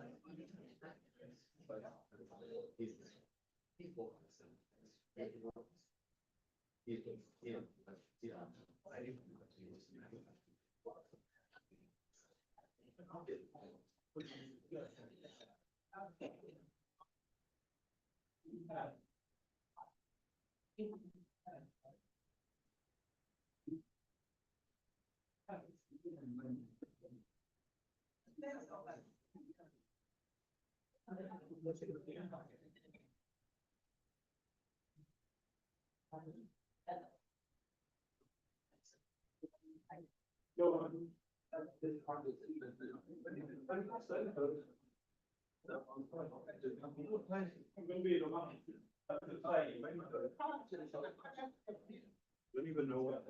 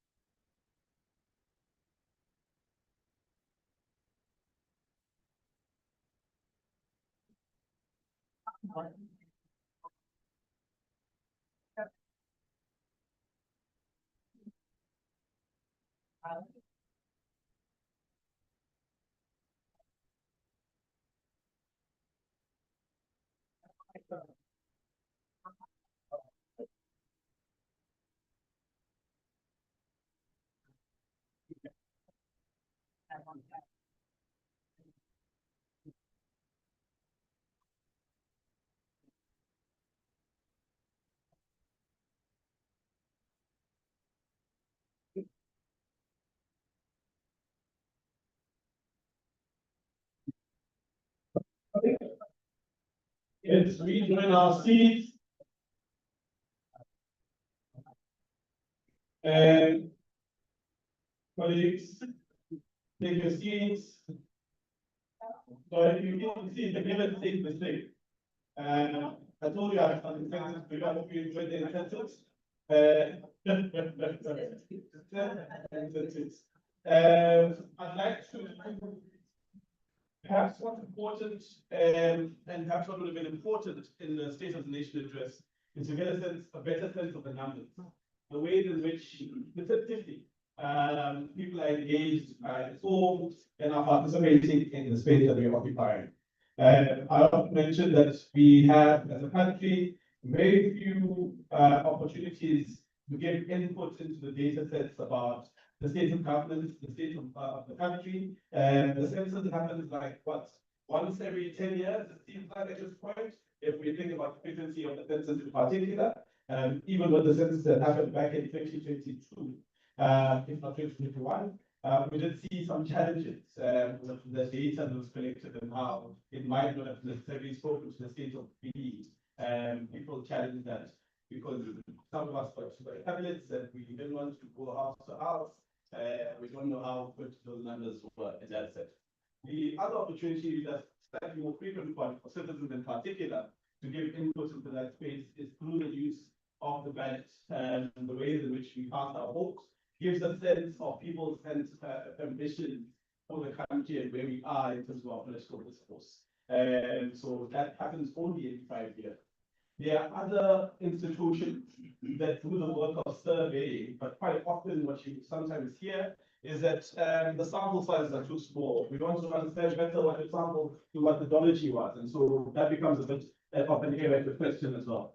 As part of the work that we're doing here at DDP, given the work that we're doing through our local government dialogues that we're doing communities, but also these types of forums where we have important stakeholders such as yourself who are engaged in the space of activism, civil society, the law, politics, and the like. We also want to be able to use these spaces as an opportunity to gauge where we are as a country. Beyond your discussion and the points that you do give to us in terms of the conversation, we want to try and improve the collection of data in a meaningful way. And so some challenges that we've had in the past is that we have surveys in our info pack. Some people put it in, some people don't put it in. People are scared to rate the service and of a facilitator because I'm shy. And I know we want to understand genuinely how you feel about the work that we're doing so that we can improve going forward. But of course, we were lucky this year. We're in a lucky position where we're partnering with an institution who's looking to revolutionize the space of data collection in particular. And we hope that you can be able to engage with the sets that we're going to be presenting today. I'd like to invite our stakeholder and partner, Mr. Manu Simazibugo from Wokamoso, and he'll tell us what Wokamoso and that data collection platform looks like for all of us. Can we give him a round of applause?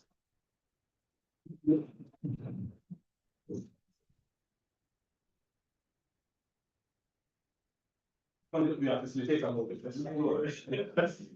As facilitators, we don't like to stand still. Yeah, it's fine. Good morning. Good morning. Good morning, Samonani. Again, good morning, Samonani. My name is Manu Simazibugo. Thank you so much, Brian, for the invite to be in the space. I know it's a bit difficult to speak after people have had tea. So I'm from a facilitation background, training and facilitation. So I would like us to just stand up a bit and just shake off that coffee and the muffins and the croissants you've been eating. So let's, before I start in my presentation, let's all stand up. In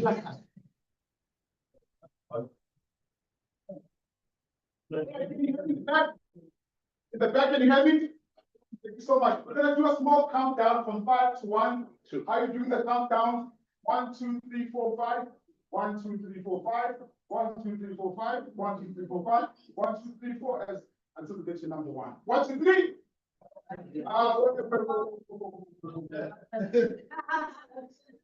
Thank you. Thank you. I need us to count at the back. Let's go. 1, 2, 3. 1, 2, 3, 4, 5. 1, 2, 3, 4, 5. 1, 2, 3, 4, 5. 1, 2, 3, 4, 5. 1, 2, 3, 4. 1, 2, 3, 4. 1, 2, 3, 4. 1, 2, 3, 4. 1, 2, 3. 1, 2, 3. 1, 2, 3. 1, 2, 3. 1, 2, 3. 1, 2, 3. 1.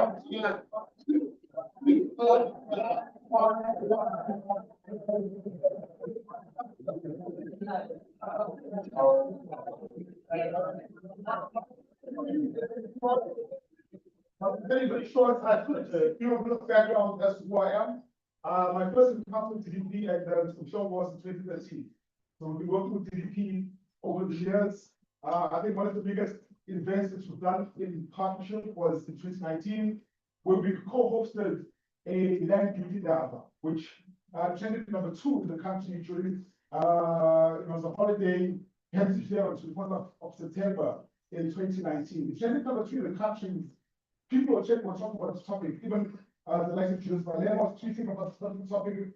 We would have the deputy president also retweeting this particular event. It had about 2 million plus impressions on social media. So that's the power of when you partner with organizations like such as DP. Brian gave a little bit of context about the data space and what we are basically here to do. Last week, or not last week, before the Sona was presented in Parliament, we sent out a survey to a couple of young people across the country. We had about 495 responses from our survey that we basically sent out to the country. 495 young people basically give their views as to what are the expectations about the Sona, what are the things that they prioritizing in the Sona, what would they like to see being spoken about. Some of the things we mentioned in our survey was around mental health. We know mental health is a big issue among young people. Depression is on the increase because young people are struggling to get employment and that is linked to depression. None of that is covered in the Sona, but those are some of the things that are important to young people. So we specialize in real-time data. So real-time data, we know data is as relevant as fresh as it is, if I can put it anyway. Data that was relevant that you got last week is no longer applicable today because things have changed. All right, so we know that things change in a snap of a finger in South Africa. 1 minute you're the mayor, the next moment you are the I don't explain that. I'm from Richmond, Joburg. It is hard to actually get a mayor sitting in office for a maximum of 3 years without that actually changing. On your desk, you have a paper that you put on the thing because this particular time we work with DDP in terms of understanding as to what are the sentiments around people around the upcoming elections. It's the local government, and we know it's the local government elections coming up. What are your views and thoughts about the whole process? All right, we know young people are not voting, but do we know the reasons behind that young people are not voting? The data doesn't tell us that. Right, here's an opportunity for you to basically participate in a survey that GDP is going to be utilizing in basically sharing with the rest of the citizens of KZN by going on in an FM, we will be unpacking the results that are coming from the survey to say, look, here are people's views around why we're not voting or why are we going to vote. What are our thoughts around our local leadership? A lot of young people have never participated in the IDP process. If you ask the right person sitting next to you, have you been to the latest committee meeting in your committee? Chances are is no, because interest is losing slowly in our committees because young people are not involved. So the survey on the table is going to be administered by the DDP. We are going to be basically assisting DDP in unpacking the data that we're going to be collecting from this particular moment. It is an opportunity for you to voice out and also share the link that you're going to be using. It's a very simple process. We use WhatsApp as a means of collecting the data, and the data is being funneled into DDP's platform. The DDP will then process the data, and the data is going to be shared into the infographic reports, and then it will share to the rest of the citizens to say, here are the reasons and here are the outcomes of what people are saying.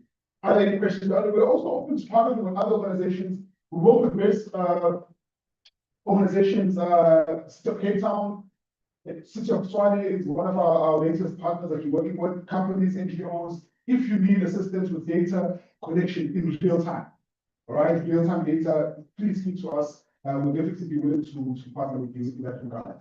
Thank you so much, Mr. Jomo. I promise us to take a lot of your time. Thank you, colleagues.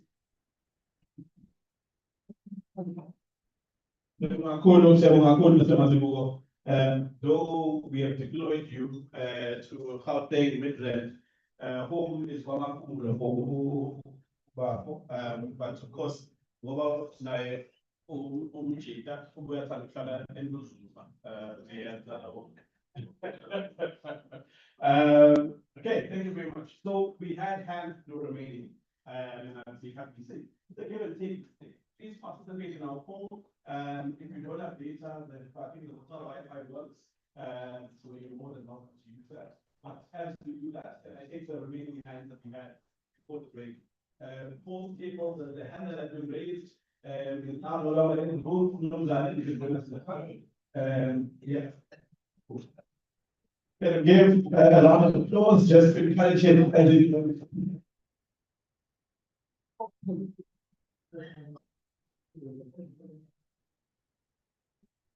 Hello. My name is Uzuri from the Sinaona table we close if I speak to president, we close the deployment of the SNDF. We think, I table that this is just a temporary measure to be into a very huge problem that you have. But mostly, what's the main reason behind the deployment of the SNDF? Are we a war? Do we have these kids in cave flats, the Zamazamas from the other countries? Are they taking over South Africa? Do we need the South African soldiers with the SAPS? Because the cohesion between the two of them is there's no working relationship between the two. If they're fighting themselves in order to have the community, what will happen to the community that they're trying to serve? Yeah. And one more thing, with the SNDF and the police, specifically the SNDF, it's not a crime prevention a group or security. It's a crime prevention as a sort of a form. So you're sending people who tend to fight to actually prevent crime. So if you send them to those kids are gonna start shooting with them. What they're gonna do? Retaliate and shoot back. And then we'll have another commission of inquiry coming. Yeah, who shot? If you look at it, it's all about money. Yes. That goes with deploying these people in. It's all about money that goes with making those commission of inquiries. Whose money is it? It's our money. It's our money. It's the money that's supposed to go to the NPOs like the Congress said. Yeah. It's the money that's supposed to go to have those kids that are on the street because of poverty. That's what we said. Poverty is the main cause in cases of actually making those gangsters more appetizing, so to speak. Because the young people see those people the gangsters with money, cars, and they think it's nice. The only way to get it is through crime. Yeah. But if we try and make sure that the young people get jobs, we give them opportunity, like real opportunities, not only when it's votes. We think there is behind the deploying soldiers. It's not because we are about to vote.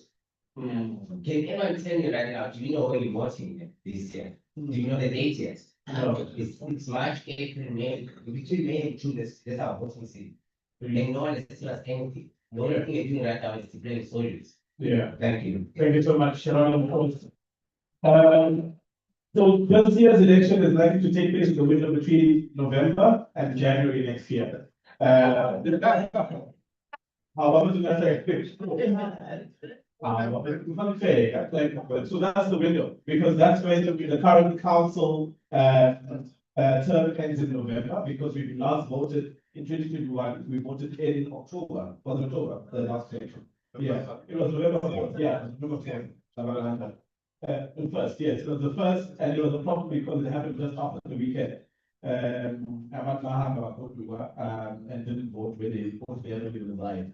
And so we saw a very low voter turnout around that time. But yeah, interesting questions around the deployment of the army. Of course, Mr. Kimball will also expand on that when necessary. And there were two other hands, another senior and then one more, please. Yes, sir. You can use this mic. You can use this mic.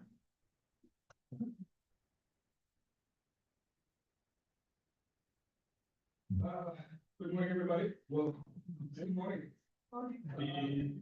Anyway, I was off the hook, but seems like a lecture.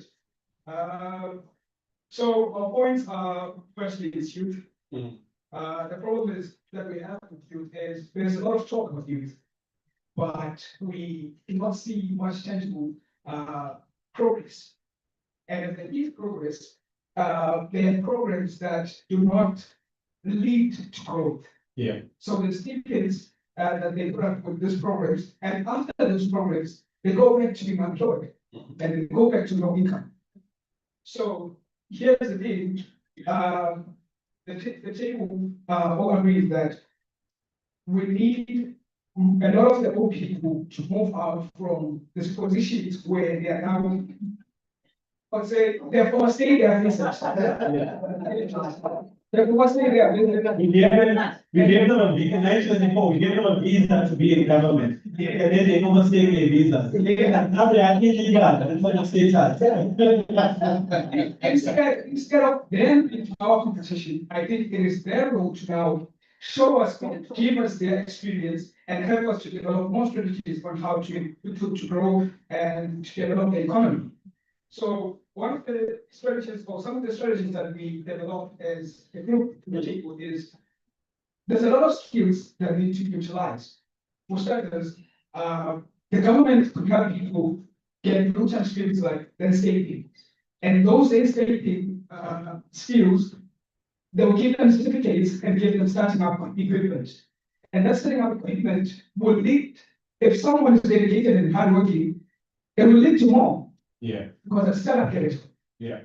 And other things that we can utilize is instead of having our local sponsor shops being run by foreigners, we can start utilizing our community members to be employed by the government to buy one container full of wholesale goods, and those wholesale goods, they will start their own sponsorships with the help of government. But here's the thing, here's the twist. Government will not just give them. Government will lend them money, and when they make money, they should pay the government. Yeah. The system that has been made there, it's an if you work system, you're going to gain. Yeah. So government is not just giving social grants to people, which is just remove money and money and money from the government, which is an expenditure, but it is generating long-term growth for the economy and income for the economy. So another point that we had is,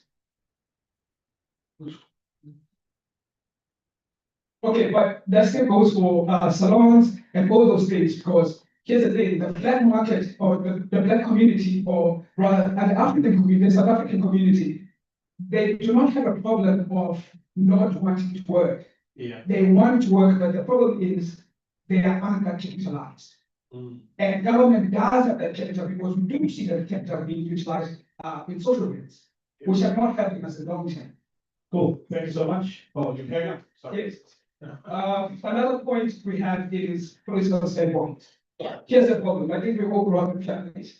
And in my family, one person has the last final word. In the first days, it was my father, but now it's not passed, so it's now my father. Yeah. So we can all have an opinion on what may happen in the home, but Umar has the last say. Yeah. So what is happening in our government, we have a lot of adults all disagreeing and wanting to have their word heard. We end up not having action. So we can call this a united government or GNU, but the problem is it's not working. Yeah. So we need to find a way where I wouldn't say we should move it to one party, but I think we should find a way that at the end of the day, one decision has to go, because no matter how good our decisions are, but if they're not put to the ground to be action, they are useless. Thank you very much. Round of applause. The match has been done somewhere, and hopefully we get to the first of that. Of course, at some point, actually, when you do your presentation, speak to the idea. In local economic development terms, for instance, the idea of a grant, not necessarily being monetary value, but like say, in order to increase the participation of entrepreneurs, of people in your local economic development, the grant can be a voucher system that says, don't go to the NPA to shop right. Utilize the shops that are owned and run by locals in that space, then you get money circulating. And not necessarily give, but it could be a voucher as opposed to a 50 in cash. So those are some of the things that aren't being thought about enough in our spaces, but of course, you actually might share with us what's been development in that sense. Your hand, yes.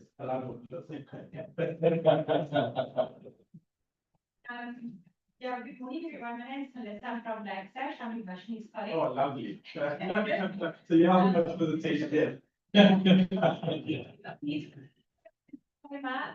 I'm the HR manager for Black Sash, so I just want to add that in. So you can employ us.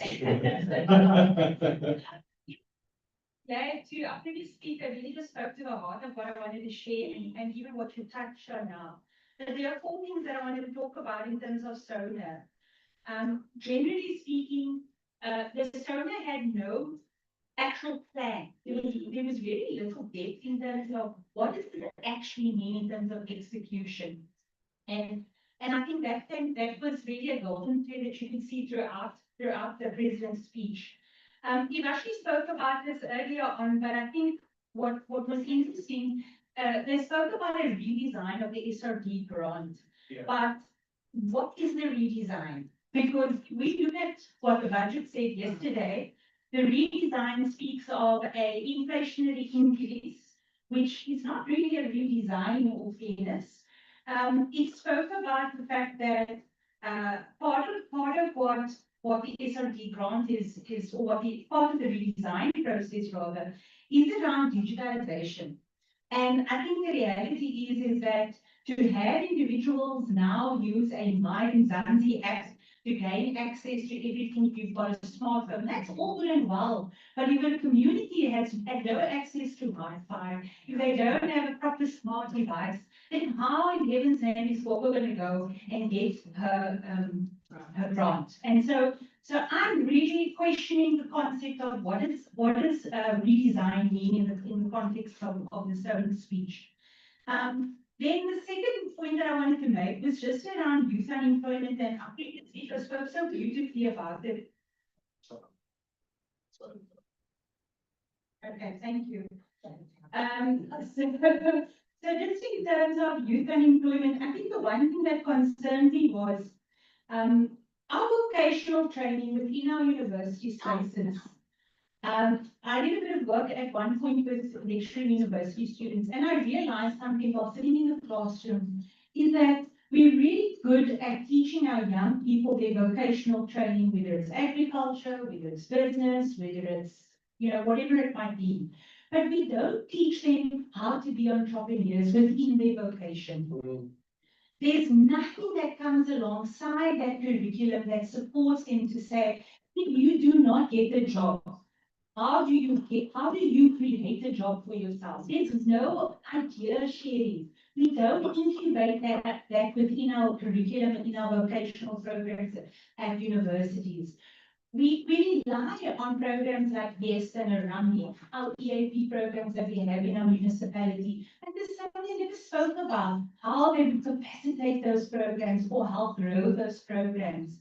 And to our previous speaker's point, how do we bring business into the room?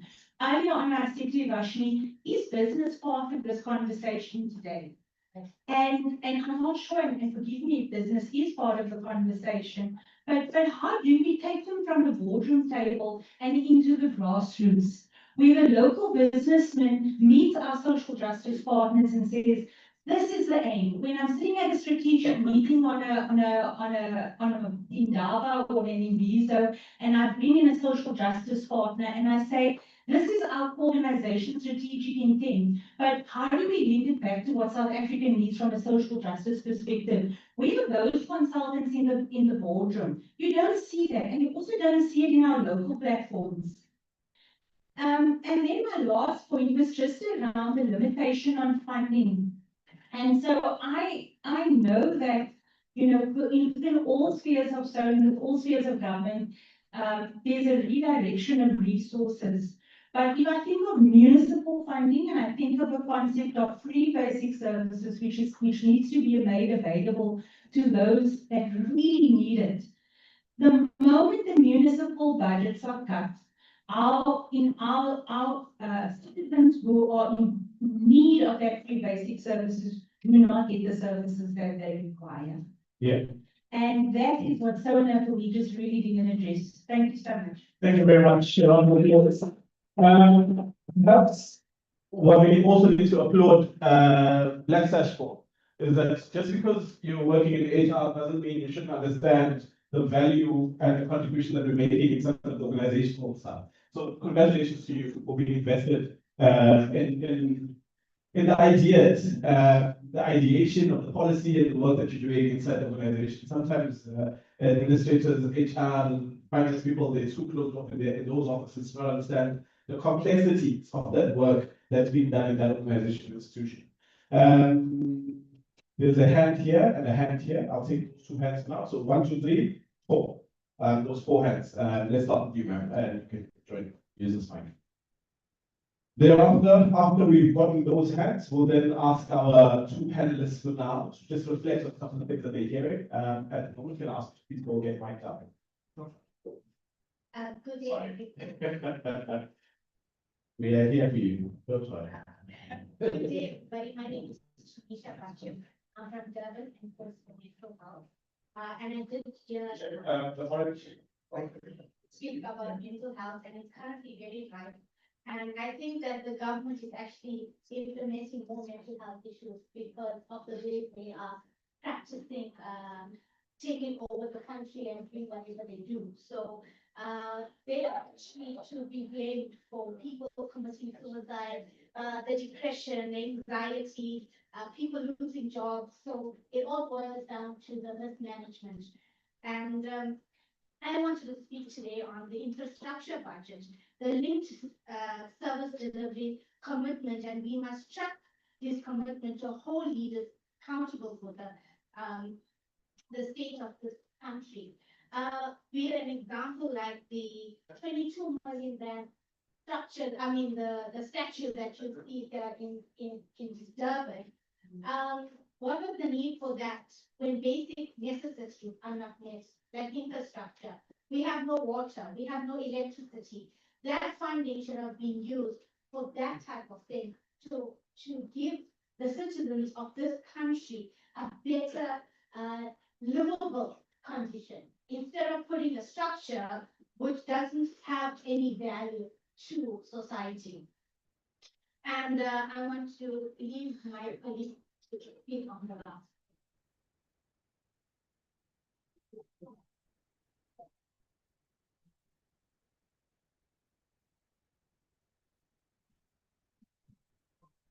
Okay, so this was mentioned previously. And Just move the mic slightly up because you don't hold it. oh, yeah. You can hold it, it's fine.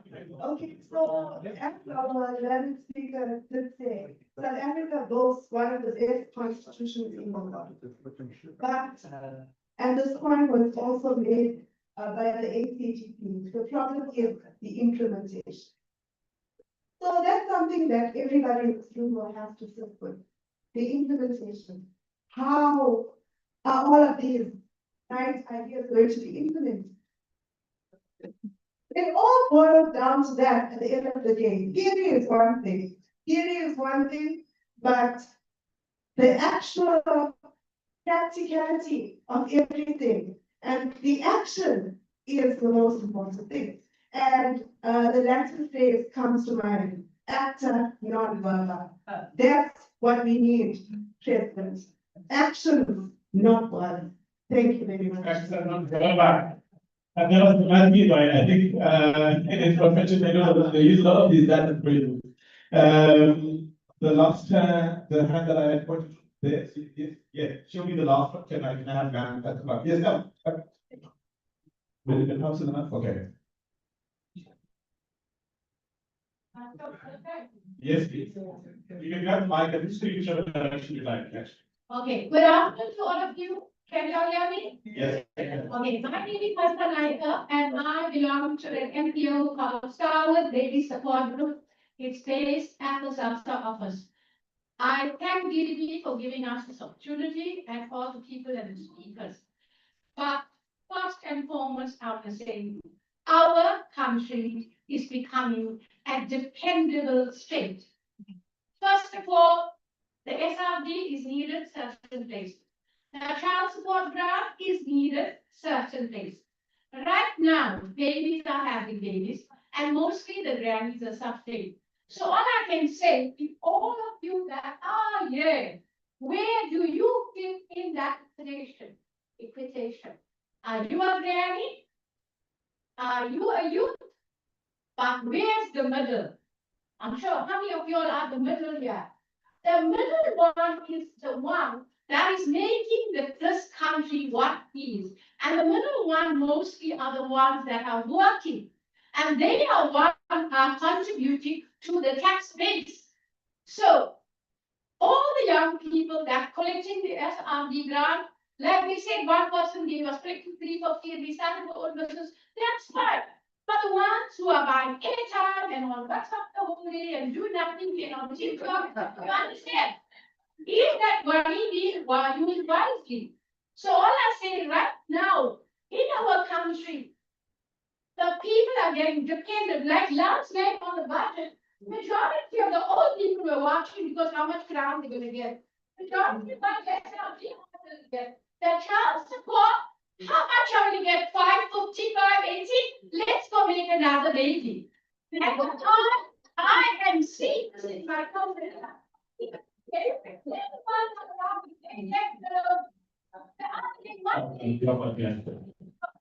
Yes, Guy. yeah. And is that what was, Mamla? No? Okay. Is that what the table is speaking? I can say everybody must make a contribution to the country. Not your business. That's what the table is speaking for. The grant in aid is there. People can use it with the NGOs, individuals, even go to town business. Use it by Yeah, thank you so much. stop taking out the extra time. All right.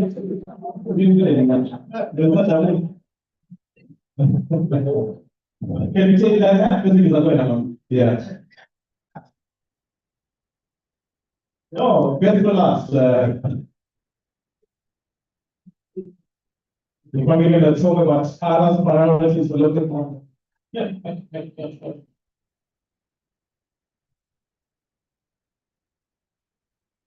Yeah, we want, can we? I think on the message.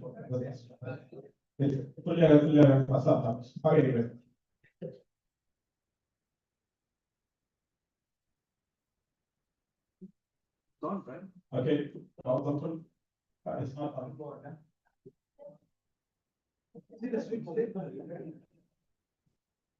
Check the devil's advocate. It's on, yeah. Yeah, there's nothing, there's no sound, it's on here. Check the devil's on the board.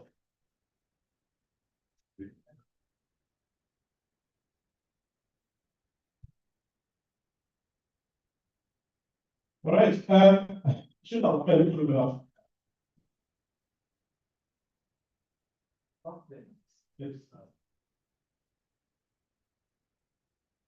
The battery is lying out, I think, yeah.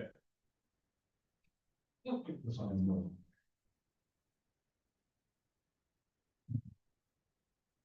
Sometimes, guys, even in Sona, these things happen.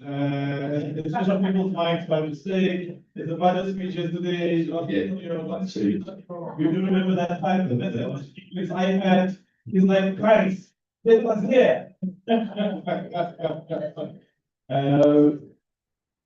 No, I'm going to get back. I'm ready to make just about time after guys in title.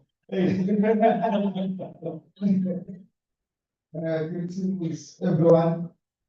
My name is Pegizenzo Mabaso. Kamashoba. Otherwise, I'm just saying again. It is unfair. All right. Well, I think one of the discussions that we had in our table was that we see a very poor performance and fraud from the Home Affairs Department. And the Home Affairs Department is very important in our country because it's able to allow who stays and who does not stay in South Africa and the other legitimacy in terms of citizenship.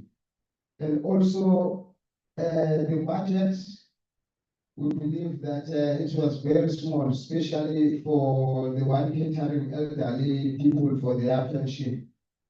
But also it was raised that we shouldn't rely on social grants as a country in order to make it work. So it all came within the group.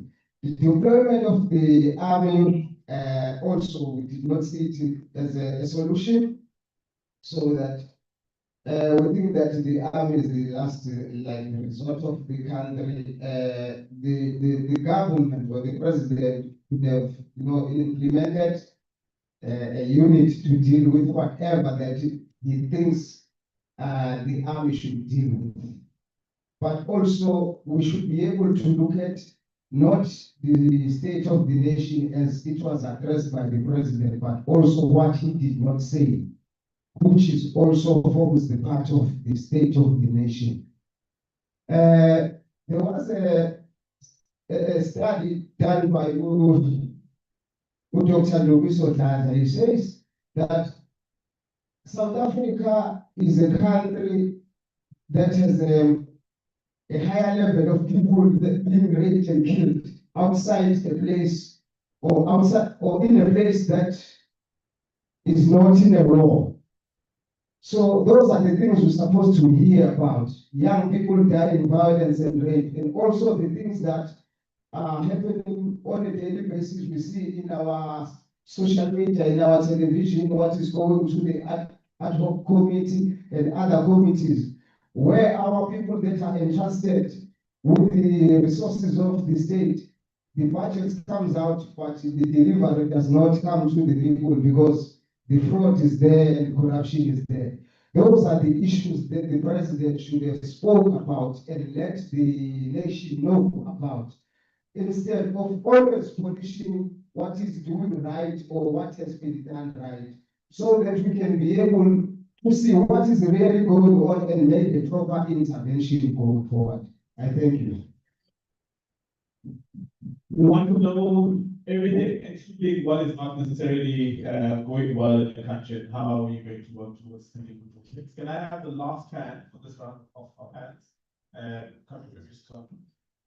I like that we just in the time of social media, every appearance we make is documented in one minute.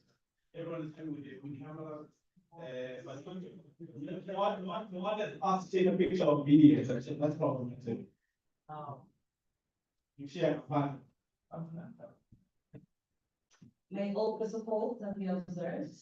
My name is Sibonile Tamini, and the first point that we actually discussed was digitalization.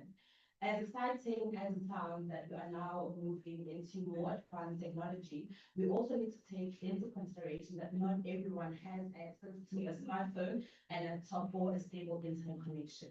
So what does this now mean as a third world country for us to move into digitalization without having a state economy? Now, are there any trainings that are going to be provided for the old and vulnerable so that they can also be able to actually use the applications that now are going to be used so that they do not get scammed? Because with the AI, it's so advanced now, they can take your face and they can make a video as if you are saying something that you're not saying. And there are certain people that will look at it and actually think that that is the truth, which will contribute to spreading of misinformation and also to job loss, because when you go into some stores now, you'll find that there is a self-checkout, where that was actually someone's job, that means that now a machine is actually the one that has that job. So the second thing we spoke about was economic growth and job creation. Our young people are talented, they're educated, and they are ready to work. However, youth unemployment still remains structurally high. So what programs has been implemented, not to be implemented, but are already taking place right now, that is actually going to assist to actually decrease the number of unemployment of the youth in this country? Because we need action, not action to be taken, but action that is actually being taken right now. As much as we're so happy that as KwaZulu-Natal, we have the highest pass rates, but do we now have a plan, a long-term plan to make sure that those students or those matriculants will be having or will be employed once they are finished with their studies, or are we also now contributing to the number of unemployment in this country? The last thing we spoke about was the water crisis. The water mafias are actually cutting the water supply so that they can be able to supply the water privately, so that they get tenders to supply the water. Now, what does this actually mean for some people? Some people are now getting robbed of their basic rights, basic human rights to just supply clean water. They now don't have access to clean water because of that. What this means is that the rich are getting richer and the poor is getting poorer. So as citizens, we are not critics standing on the sidelines, but we are partners in building this nation. But partnership requires trust, and trust requires delivery. So let this year not just be the year of speeches and promises, but let this year be the year of action. Because actions speak louder than words. Oh, my God, it's my birthday today.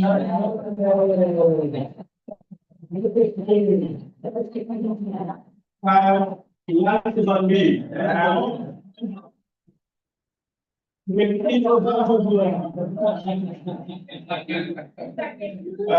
Colleagues, we are now joined, if you just bear with me. We are now joined by our third panelist, Mr. Tapelo Mohapi from Abasa of John Dolo. Perhaps it's important to start off this way. The space for people who live in marginalized communities and are part of those very vulnerable groups in this country is quite precarious. As most of you have mentioned, the state of the economy is such that it excludes a significant majority of this country's people. Spatial planning has not changed from the space in which apartheid spatial planning was. Only the few have access to areas that are continuously serviced and done well by government. Gauteng is a unique, Johannesburg in particular, is a unique environment where it seemed as though the water challenges were only affecting townships, and now they've slowly started to create problems even locally. And so if it means that if we lose sight of what is just and what is dignified for the people on marginalized ends, it doesn't mean that that indignity will stop with them. And so we'd like to invite our friend and partner in the struggle for the liberation of all people, in particular when it comes to landlessness. Tapelo Mohapi, who's representing St. John Dolo. There are consistent security concerns, and we hope that you can be able to carry that message in that sense.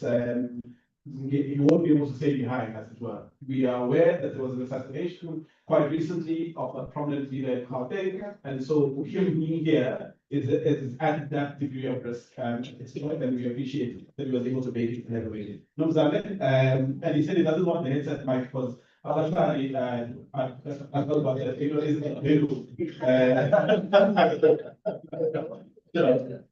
Thank you very much. Thank you very much to the organizers of this event. As it has been mentioned, we are constantly under threat from actually doing the work of activism and ensuring that the poor and marginalized who were denied by colonialism as well as apartheid the access to the cities have that right today in South Africa today.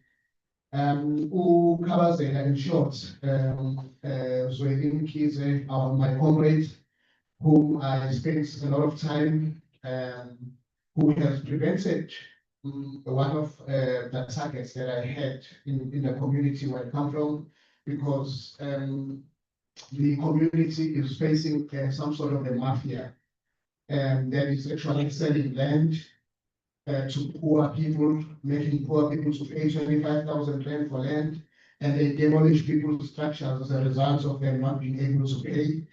And these are people who are in the tax industry. These are people who are business people. As we know in KwaZulu-Natal, that the hitmen come from this province. So there is a particular individual that we have named in our statements who have threatened my life personally when I went to actually launch the branch. Bambiza was told, an individual from Emnambit, who told me that I must come and launch a branch. So when you launch a branch, it is a democratic process where people choose people that they want to live in the community. But what was told ahead, the list of people that he wanted to be in the committee, and he forced me to nominate those people without the community nominating them. And I said to him, no, that's not how Abashani operates. And I was about to leave and go to the vehicle because I could see I was surrounded by about 6 armed men at the time. And I wanted to say, okay, if you are preventing me from launching the branch, let me go home. Back in case again, this was in Gauteng in a community called Ekani. As I was about to leave, the more than 1,500 people who were waiting for the launch to take place came out and protected me, and the launch went ahead. And I remember some of the people said, guns or no guns, we are going to go ahead with this democratic process to launch the launch. So I apologize. I would have been here earlier. I apologize that I will be leaving because I'm actually under strict security protocol. My secretary is downstairs waiting for me. And we have also received a threat from another deputy chairperson in Gauteng. A hitman said to him that he has been paid 30,000 rand. He will only stop the assassination if we can pay more than that. So that's how terrible things are in this time that you are facing. And I want to say this, comrades, that even entities should not be this. We should not be living like this. We are doing a good job. Even a whistleblower should not cost us as much. But our government doesn't care. Our government has not even, considered to have a law that protects whistleblowers and activists who are facing this. We have 26 activists that have been gunned down. The 25 has been in KwaZulu-Natal. It's the first one in Gauteng. But the ones who are killed in Gauteng are actually killed by people who are coming from KZN. So it's something else. Thank you very much, Comrade. This is a very important topic for us to reflect after the State of the Nation address. And of course, I was asked prior to the State of the Nation address, what do I think about the State of the Nation address? What does it mean for Umama Ushalimakaya? What does it mean for somebody who lives in the informal settlements? What does it mean for people who sleep on a daily basis on an empty stomach when there is a lot of food that is thrown away, wasted in South Africa? What does that mean about in a government that operates in the neoliberal system to actually have the State of the Nation address? And before that, I had consulted members of Abashani Basanjolo, and it was simple that the government is living there while the people are on the ground. So in other words, we have a government that is detached from issues of the people on the ground, and therefore the president, whatever he says and pronounces, does not actually reflect the needs of the people on the ground. So we have in South Africa 11,000 children that died because of malnutrition in this country. In a country that has enough resources to be shared amongst everyone else, but the inequalities that exist in this country that continues to make the rich even richer and the poor starving in abject poverty is as a result of the government of the day not being able to address the issues. Maybe I went too far in assuming that everybody knows about Abashani Basanjolo. Yes, Abashani Basanjolo is a grassroots democratic social movement that was formed in 2005, not very far from here in Kennedy Road. People have had enough. It was formed out of frustration, out of anger, out of hunger. People took to the streets in 2005 and blockaded the M19. And of course, people were arrested, and we came together in a committee hall and we said, we have started something. What do we call this? Hence the name Abashani Basanjolo came there to say that we are the poor and marginalized, and the government of the day has forgotten about us, has no interest about us. There is high corruption that is taking place in this country, particularly in this province. Ngizoxolela, ngizokhuluma nje ngiqondisa fanele. We have a mayor that is going to, that is attending a trial where 400 million disappeared in the past in the municipality.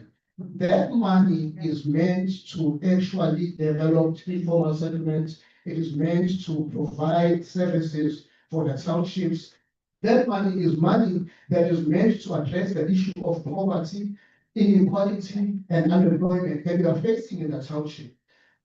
Somebody was speaking about technology right now. I want to highlight something here that we were invited in the what is called the Innovation Build Technology by the Human Settlement Department. So the Human Settlement Department is trying to find ways to speed up the process of building houses in terms of technology. China during COVID built a hospital within a month or so. So they want to bring that here. But the question is, when houses are built at that fast rate, will those houses create employment? So remember, human settlement is supposed to, a house is actually a skills development, a skills transfer, poverty alleviation. So we don't just build a house. So those of you who think that when Abashale are fighting, and then the housing crisis is gone, you are mistaken. What we are fighting for are the very same issues that we're supposed to be addressed in the State of the Nation address that the president has failed to address. The issue here is not that there is no money. There is a lack of political will, and this calls for young people in this country to stand up. Because when the older people are speaking and telling us that the reason why we are unemployed is because we don't apply for jobs, jobs won't come to us. That is very arrogant and shows a government that does not care about us, a government that does not understand the needs of the young people in this country. That in fact is arrogancy that says I will still be in government regardless of whether you vote for me or not. So it is time for us as young people to change the political sphere of this country. It is time for us to think differently. It is time for us, when we are young and we are saying that politics is not for me, but you are actually ruled by politics. So we work, we eat, we sleep, we are getting determined by the political climate of this country. So if you say that as a young person, I don't want to know, you will still have Okwedemanda who will be in parliament and making laws and by telling you that you are not applying and jobs will not come to you. So imagine somebody who's supposed to be legislating laws in this country, but then somebody says that no, the young people are not unemployed, they're just lazy, they don't want to look for jobs. So this is what Abashai Mr. John thinks about the State of the Nation address. That it is a government that is detached from reality, a government that is has been in power for too long.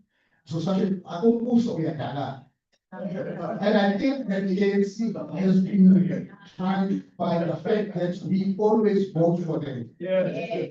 So they think that they are entitled to our votes, and we made them think this way because we continue to put them in power and they don't care about us. So it's high time that as young people, we work together and speak in one language. And the language is that we as young people are sick and tired to be walking around in our township in empty stomachs. When young people, I had a dream, by the way, when I was growing in the informal settlements, because I live in Haiti, in the informal settlements where my parents left me. My parents were applying for RDP in 1996. I am unable to get out of the situation because there's unemployment, high unemployment in this country. I'm unable to get out of this condition because there's corruption that is taking place. And I didn't hear the president addressing some of the corruption that is taking place. I'm talking about the mafia style now, that is removing our people who are exposed to corruption that is taking place, that is affecting the poor and marginalizing this country. But there is corruption that has been taking place in KwaZulu-Natal, where councillors who are not supposed to be part of allocating houses are actually allocating those houses on bonnet of their car for people who can pay. So that has been proven. So what councillors today are spending, they were sentenced to life in prison, and they are at the maximum prison in Boxer for killing Soyudovu in 120, for exposing the corruption that was taking place in terms of the allocation of houses. So these are some of the things that have been happening that we wanted the president to actually address, to say when we speak about 300 billion that is going to be spent on the IBT, the first process of building houses, how does the president is going to ensure that money does not end in people's pockets? We have seen comrades in the Matanga Commission that expose of corruption. We have seen the people who lead us. They're not concerned about I mean, we all know corruption. Maybe we can be surprised to what extent it has been, but we know there's corruption in this country. But how is it that someone like Julius Mpanas can lead? No, seriously, say something about us. Say something about us. How does someone who can't even answer how qualified they are? I got it with them. So he doesn't know whether he got a degree or not. Some people have amnesia. Some people are even telling us that they got mistake, but the mistake they got is not called mistake. Somebody said that, Sona said that, they don't know the mistake where I come from, it's not a mistake. You can't remember, you can't take it's for not. No, it was positive. And then, okay, I failed it. So imagine if people of that nature in a society, in a country like ourselves, can escalate into running municipality, the danger that we are facing. So, comrade, I'm saying to you, it is my call, it is a call for everyone in civil society. One of the things that I always ask people in Zimbabwe, when you meet somebody from Zimbabwe, especially in the civil society space, and you see these people are the most intelligent people that you can come across. And the question is, but why is the country led by someone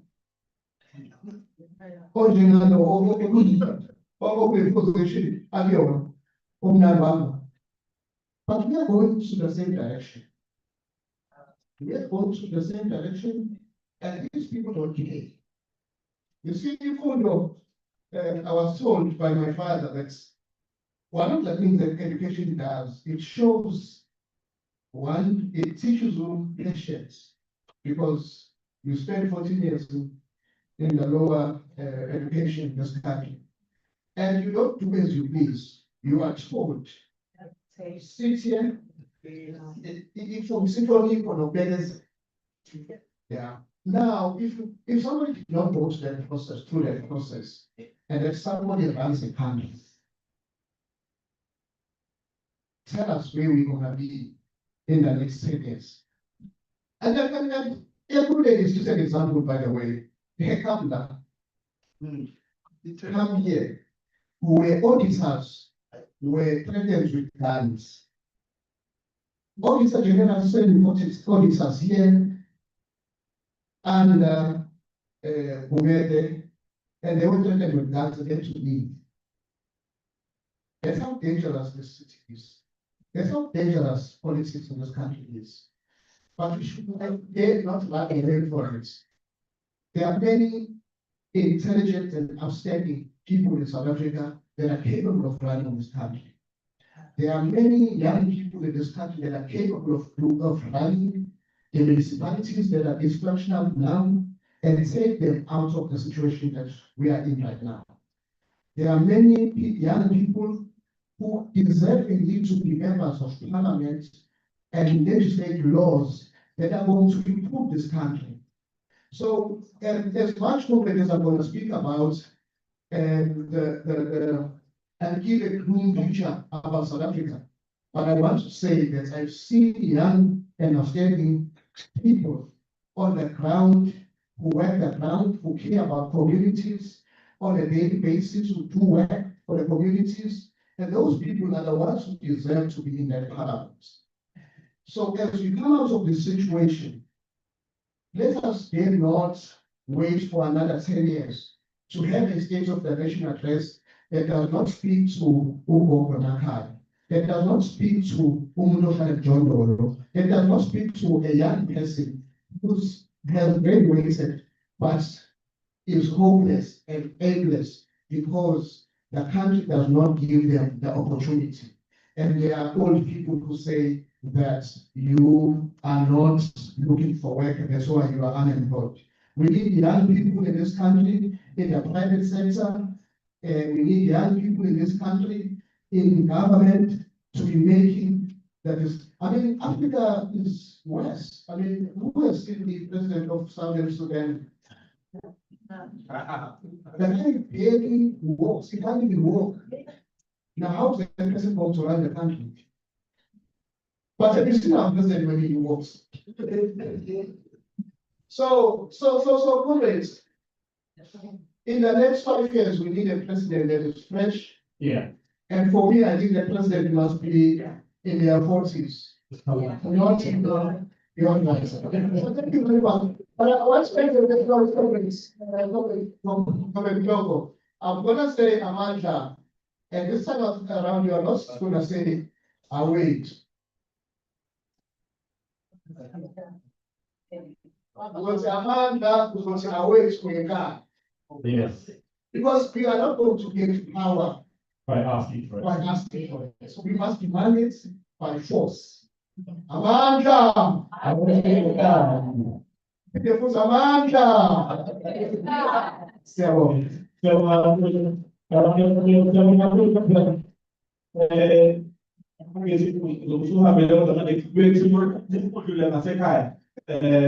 are some conversations I'd like to have with you. But in addition to that, please indicate to me about also put on a better corner. Economic media, personal abangithande ngale ndlela, azi bakushare what I did. That's the problem. All right, so thank you so much for your valuable input, Mzane. We will continue to do much more work in this space and sort of carry the spirit of activism as much as possible. Just a reminder at your tables to try and interact with the Welcome Also platform by typing in the instructions that are there. We know that there might be some delay. As long as it says high GDP, just wait, it will end up loading and recording to you. I think it was a bit slow because there's too many of us that will be interacting with the slides, but you will engage with that survey as well. I'd like to invite our two speakers to just give sort of a sense of their responses and engaging with the context that has been set up by yourselves in the room. Please join us at the front. Let's give them another round of applause as they make their way forward. Just to be sure, let me see. Okay, it's on. It's on for you as well. Okay, cool. Thank you. So either you guys have decided to start to speak first.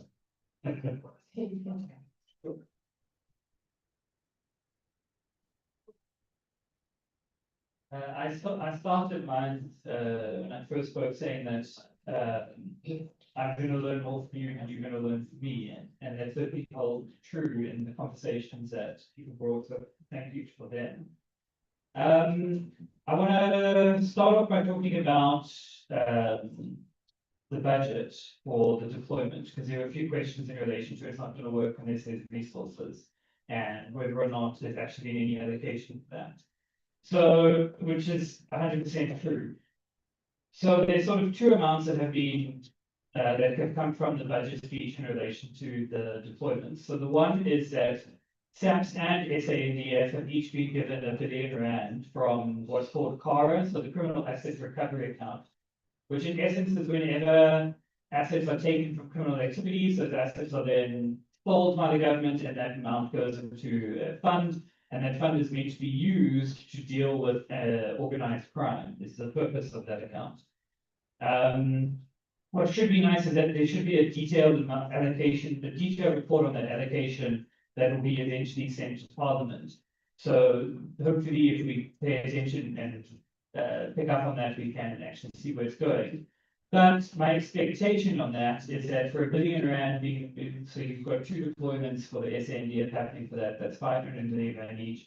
That's just money to get from there. And for them to be there during that time.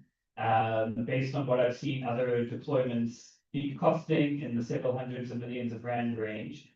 That'll pay for the month, 2-3 months, maybe a few more months of deployment, which is kind of the average for the amount of time that SADF ends up being deployed. Last time they were deployed in the Cape Flats in 2019, they were there for 9 months. I don't see 500 million rand covering 9 months worth of deployment, so we'll inevitably be tapping into CARA again, I assume. And just to note two things before I get on to the other. One is that, so that doesn't actually, again, to the point I said earlier, that doesn't talk to the underlying issues that allow for organized crime to come into existence and to be perpetuated. Two, there's much better places it could go. We're talking about the underfunding of NPOs, right? R1 billion rand to several NPOs would probably go a lot longer and much further and be much more impactful within those areas. But also, it's not even if we wanted to invest in the SANDF, which we should want to, that's not an investment, right? You're paying for them to be deployed. You're not investing in equipment. You're not investing in retraining. You're not investing in their deployments internationally, which is where we would want to see them. So it's not an investment. It's just we found a way to make the deployment happen. The other amount that has been allocated to them is an additional 2.7 billion rand to help improve their operations. And it was indicated that that would focus on the Air Force. And to give you an idea of how small amount of money that is in military terms, so arguably one of the nicest planes you could get is a F-22 Raptor. With that amount of money, you could buy half of one of those. It could buy the best planes that we have are Griffins. It could buy us maybe one of them. But realistically, what that's probably going to be used for is to reinstate a whole bunch of our aircraft. At the moment, the SANDF's flying capacity is well below 50% of its aircraft are actually able to take off. And so that's why, for instance, when we went to the DRC, we had to charter flights from Kenya Airways because our transport planes can't get in the air. So again, it's an additional 2.7 billion, but it's not really an investment. It's getting the things that we have working again. So we don't have that reinvestment in the SANDF that is needed and that those in the space recognize that we need. I don't know if you want to talk on budget related issues and then I can come back to other things. Well, okay, I'll finish off then. So, and then I think what other people were saying, I fully agree with in terms of the other comments being made. That there's concerns around implementation and corruption. That okay, I'll come back to that it shouldn't be necessary. What are we overreacting to? I would say in relation to, so there was a comment about SANDF should have been employed earlier in the unrest and they've lost jobs and certainly lives. So I made a comment about that in my initial speech about how if it was sooner, we might have had more loss of life, but maybe more control over the situation, you could argue. But what I want to be, what the question that I always find interesting in that discussion is, well, why don't you say the same thing about SAPS? Why is it not SAPS should have been deployed more or had better coordination? And my question is it because we already know they can't, we already don't have faith in SAPS? You know, is that why we skip SAPS and go to SANDF? And it's worrying that we as a citizens are so excited when most of us are excited when the SANDF arrives. We shouldn't be, right? As I said, it speaks to such a great collapse that this entity that's meant to protect us from foreign invaders is protecting us from ourselves. And that's the point to then link it to, again, I missed your name, the first gentleman who spoke after the break about, are we fighting a war against children? And I think that's so completely correct. You know, we often use labels to disassociate ourselves, but the SNDF isn't being deployed against gangsters and against Sonas. It's being deployed against people, it's being deployed against South Africans and people who've been failed by the state. Right, and that's ultimately who we're deploying against. So we call them gangsters and we call them Sonas, so we can say, well, that's not us. But in another situation, in another lifetime, in another place of birth, it would be us. Right, and so how do we want to interact with them? Another thing that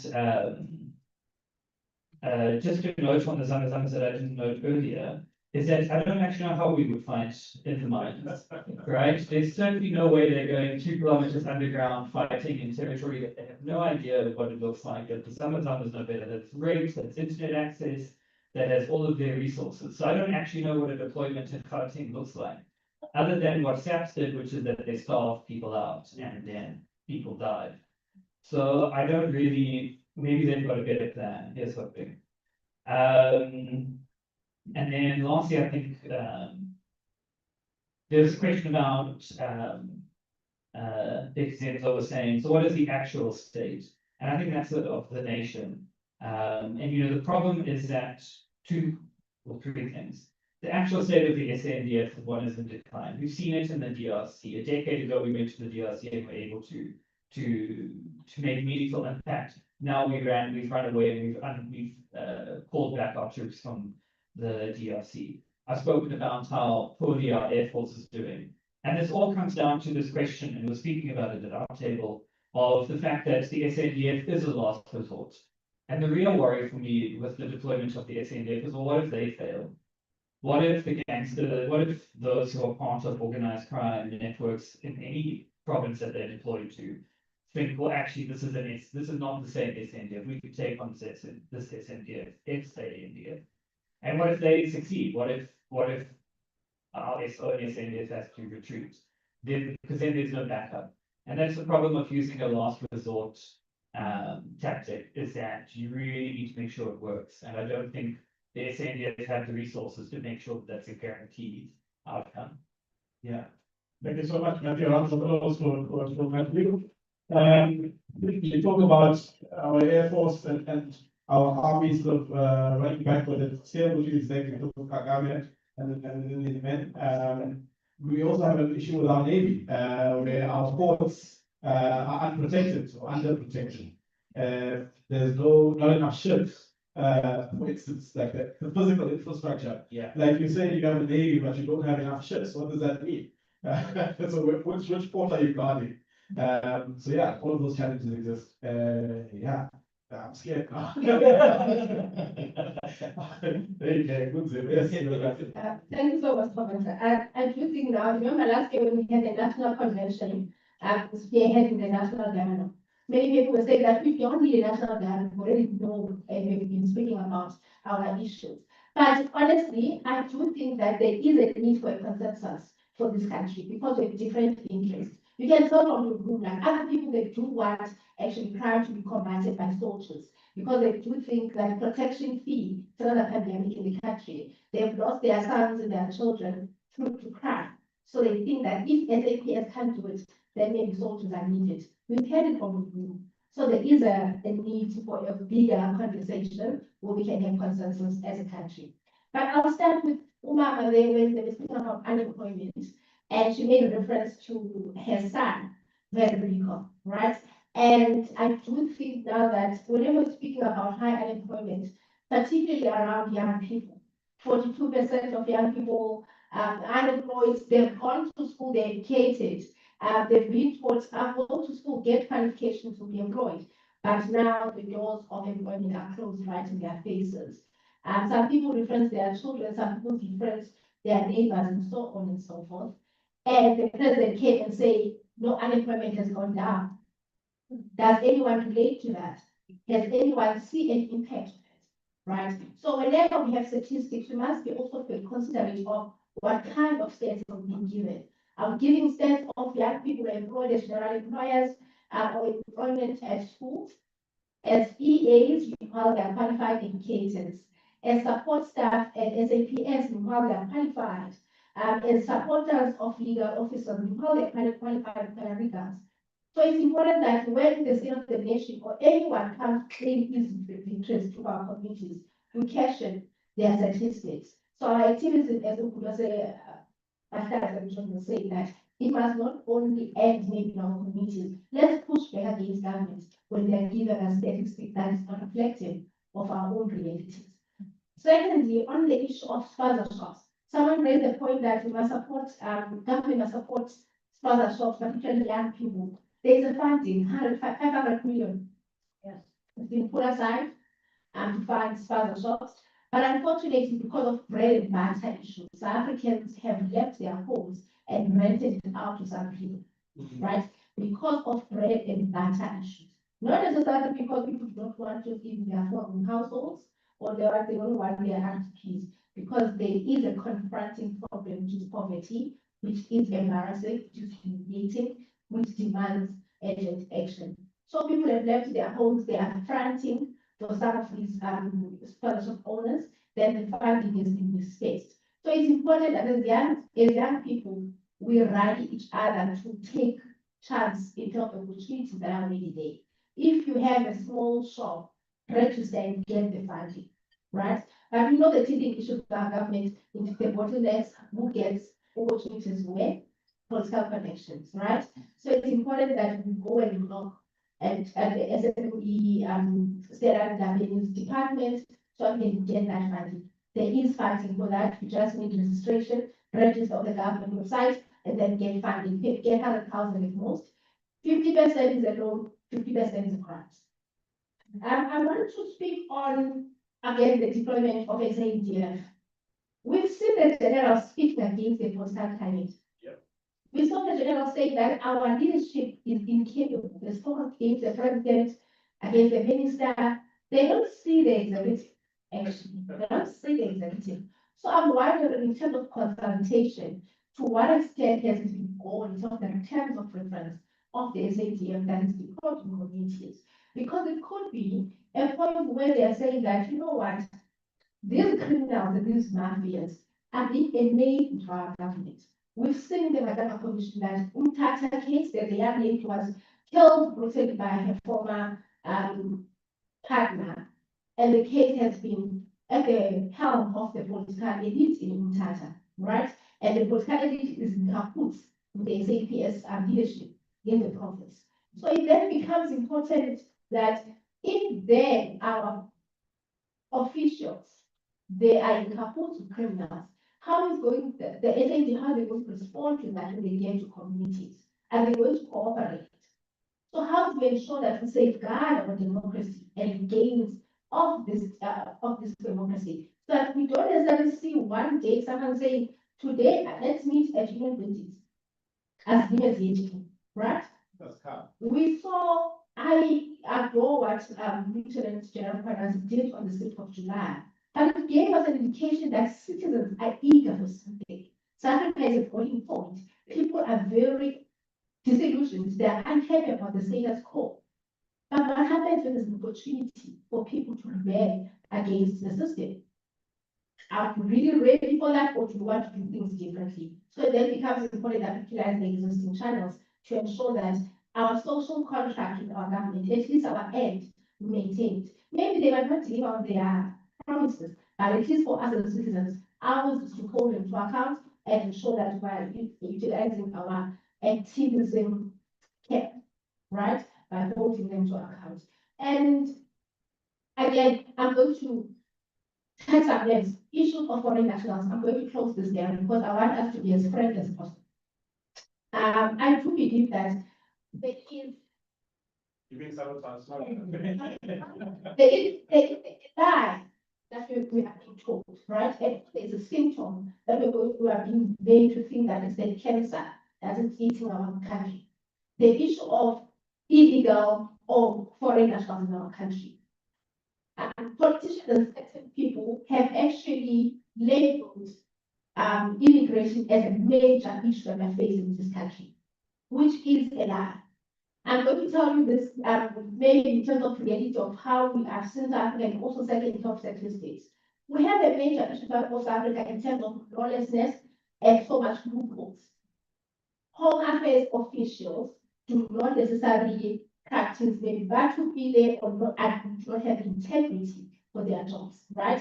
Then they sell visas and so on and so forth. And then people, they come into the country, they see the loopholes, they take charge because there is loopholes, right? That's what humans do. So what then we are being told is that no, we have an issue of maybe Zimbabwe, so on and so they come to the country and take people's jobs. The jobs that people are speaking about is waiters' jobs, right? Housekeeping and end. We do not speak about the actual jobs that are really going to develop us as a nation. We do not speak about that. We do not speak of control the means of production. We don't speak about control land, who controls our direction of our economy. Then we are made to fight off the crumbs on the ground. We fight people, oh no, you're taking my job, a guy's my job, and so on and so forth. Who's driving that particular narrative? And if you're going to choose Africa as an island, and we think that this is the best thing that has ever happened, now while Zimbabwe is spending, while Mozambique is spending, and we see each other as foreigners, while there are people, for instance, I'll make a progressive, people who look like him, we don't see them as foreigners. Yeah. Who then becomes a foreigner in South Africa? And then one day, it's going to be me who comes from the Eastern Cape in Victoria. If you can't speak Tonga or Sibesi or Sibenda, they'll be telling me, I'm taking their jobs in Victoria and come from the Eastern Cape. We've seen in Cape Town, people from the Eastern Cape are told, no, we must go back to England. There's no jobs in the Eastern Cape, there's no development, right? So we must not focus on the issue that we present as the cancer. But maybe the symptoms of the problems that we already have as a country and delve deeper into how they best to fix our problems that we're facing in this country. So the issue of foreign nationals, yeah, no, I can settle. Yeah. Thank you very much. So, on to yours, firstly. So when the issue of abantu bangaphandle, abantu bokufika, got brought up in the plenary, I didn't respond at all, because I wanted it to be aired out. And thank you for starting us off with that conversation. We have about 20 minutes that we can start to deal with this. You guys are here in Durban. You've seen the protest happen in Addington. But prior to that, we've had movements in 2007, 2008. We've had movements around 2014, 2015, where we saw the physical harm being wrought on people who are considered to be foreign nationals. And part of that discourse became a bit uncomfortable for me at the time. So 2007 and 2018 as one marker, and 2014 in particular. 2014 I was a bit more alert, because I was older. But the concern at that point in time was the choice to not see each other as humans was quite concerning. I was born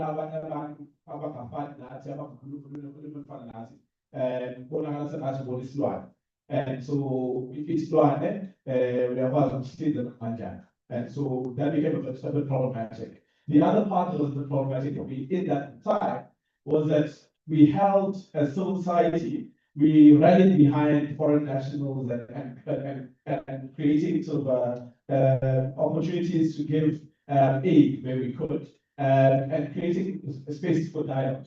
Unfortunately, when we created those spaces for dialogue around 2014, there was an absence of local voices in that space. And so it became an issue, and civil society was only talking to migrants about the issues that locals have. And so I think that's where we are right now.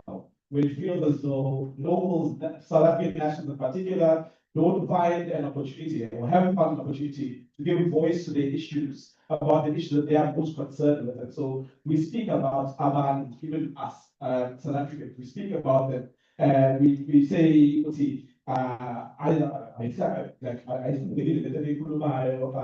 and so it feels as though we're speaking in ways that undermine the thinking capacity, that undermine the feelings that people have. And as an extension of what you guys were saying, your concerns are legitimate, right? Your feelings actually are legitimate. We understand the plight of unemployment. We understand, and again, some of the want to see that most doesn't understand what he's talking about. Just getting us shy about what the man we don't come from there. Our struggles have been real and continue to be real. And so and also the South Africans in particular, we echo. That in the same way, let's not lose sight of our individual humanity. And I'm not saying this is the sort of kumbaya sort of situation. About holy, both who are social media acolytes, those who want to get a following, ourselves to someone we are so long politics, stage,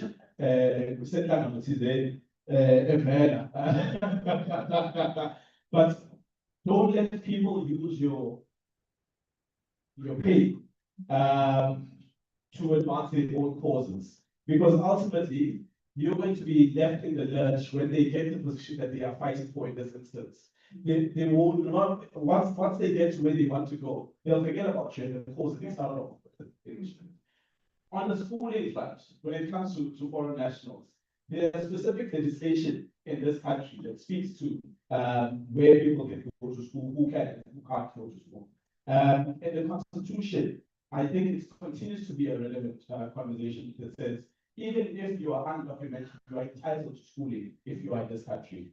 Some of you might have seen the trending video of the who doesn't want to bury his father because his father was absent from his life. So all of you, for the most part, when you hear undocumented, you assume that it's someone from another country who's undocumented. Perhaps Sebastian will work around social grants systems can tell you the plight of many people from rural areas who themselves are undocumented because of the ineptitude of our Home Affairs Department, the indignity, the inhumanity they have suffered, big enough in their own country, right? They are home births. There are people who don't have clinics close by, so the registration of a childbirth doesn't happen in a way that's meaningful. None of that conversation is happening when you go and stand in front of a school and you pretend to be speaking on behalf of communities that you yourself don't have a real sense of solidarity with. It's disgusting that you weaponize people's pain like that. Some of the people who are saying, "But we don't Edmonton," knowing full well that there's a condition in our education system that says, I think it's like a 5-kilometer radius of either where you go, where you live or where you work. Because ultimately, if your parent works close to the school, then they can take you to the school and then it's understand it. Unfortunately, because we haven't fixed the party spatial planning, our own government, Tina, we haven't fixed the party spatial planning. Certain schools are much better off than some of the schools that we are closest to. So this is in our own rural areas, and we want to go to specific schools. But the choice of school is determined by certain parameters that you don't seem to be willing to understand.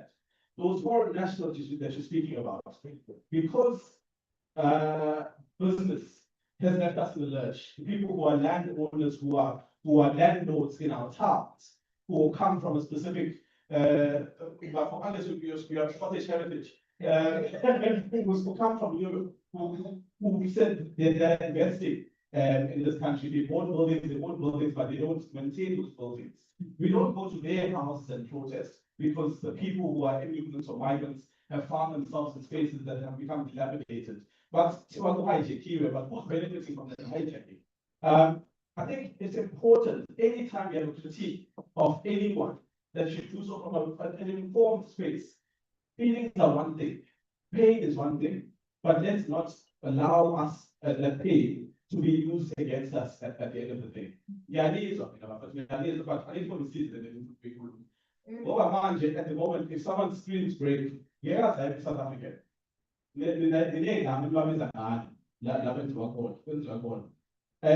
The space, our partner, the CCD, hosted a dialogue on Sunday, at a church, convening. And part of the challenge that you were speaking about was, the crime waste. Why does crime exist? Because there's a market for crime. And so when we talk about people's iPhones and Samsung S23 upwards, are still buying their money. And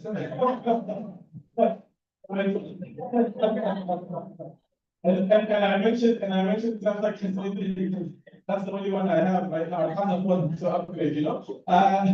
So when we speak about the theft of someone's cell phone, ngiyamazi umuntu ekumele yena usaya wanilokha lo muntu aselwala akazalelanga. You guys are the ones who are utilizing that business. Exactly, when it comes to the resources around space and in who's renting out those spaces in order for that business to happen? You're going at the end, but you haven't dealt with the source. Let's not do that ourselves. Because Baja but not the sinners board and I hope about protect my family. Yes, but yeah, but very importantly, can I help you guys? And my pizza I'm relatively short. You're not stop, just because I said what I said, doesn't mean that I'm the authority of the state. All I'm saying is let's not lose sight of our humanity.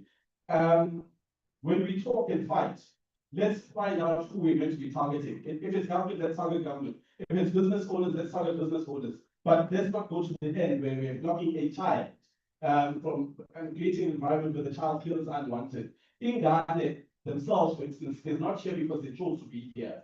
If it's let's go have a dialogue and a discourse with them and figure out what the situation is. We know it's easy to be trendy and populist.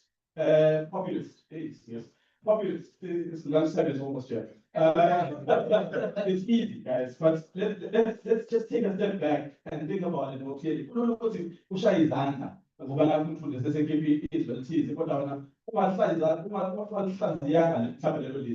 For yourself in your context, what does it mean? Any hand, yes, Ivashni? Oh, wow, okay, love it. 1, 2, 3, 4 for now. Okay, let me get you this mic so that you don't have to go to it.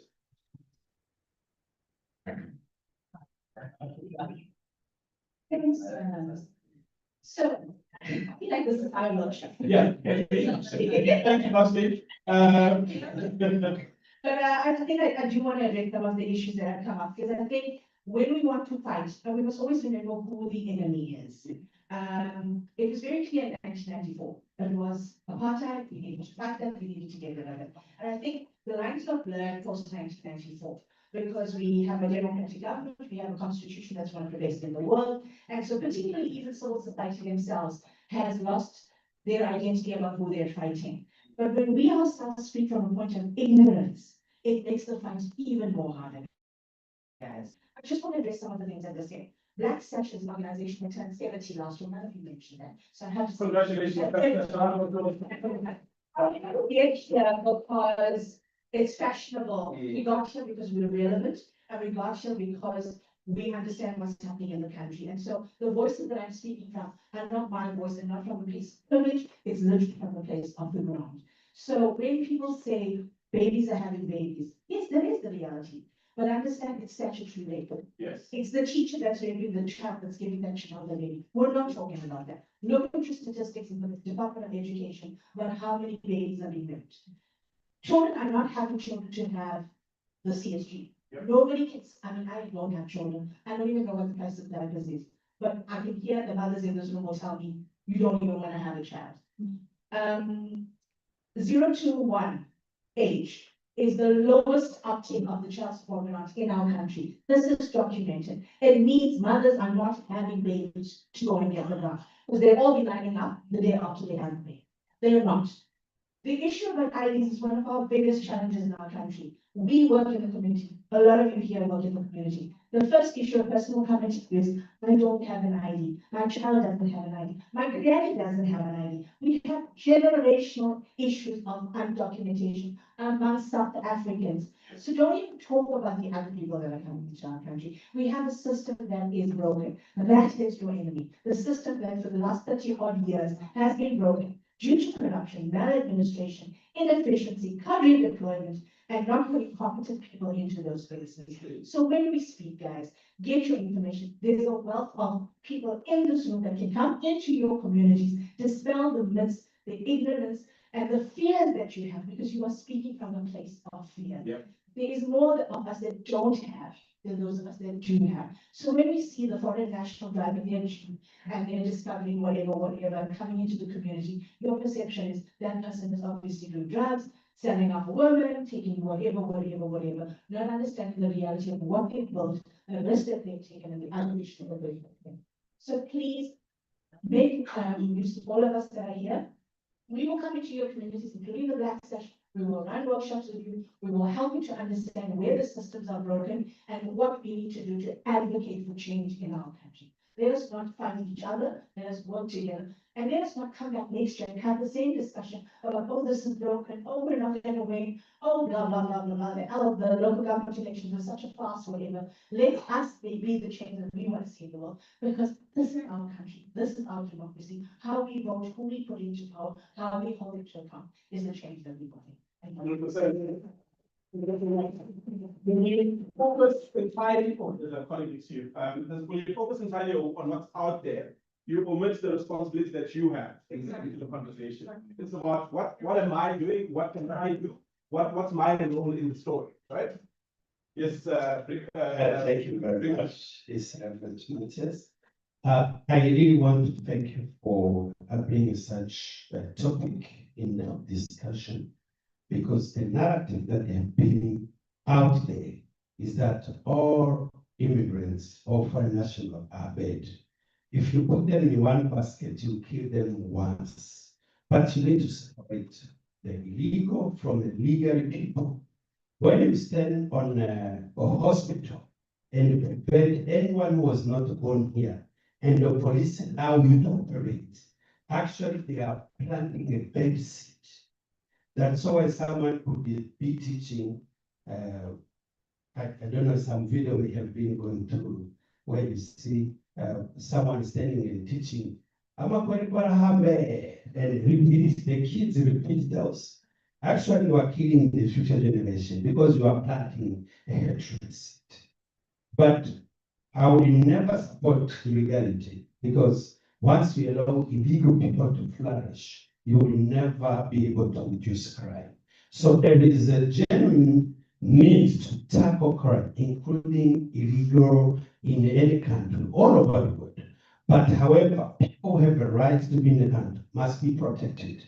People have a right for medication, must not be blocked by vigilante group who just pretended to be protecting the right of the citizen. So I just want to say that you need to have a proper information, you need to have a proper data in order to do well. Just generalization and globalization will bring another 2008 killings that happen here. And I really want to say thank you, ma'am, for introducing that. And there is that narrative that all immigrants are bad, need to be tackled with seriousness. This offense. Thank you very much, Reverend. Another thing, in addition, so just as an extension of that, what your government said was very important. The status gets illegal, right? There's no such thing as an illegal person. Doesn't make sense. Like just people who is the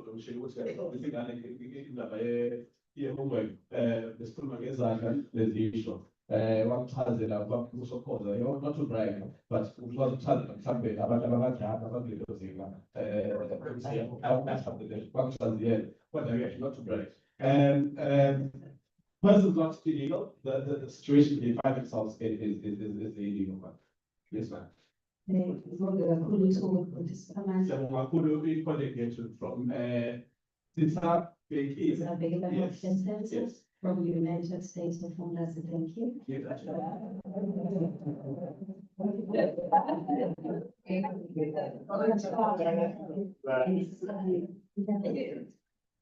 Okwamjinani, leadership.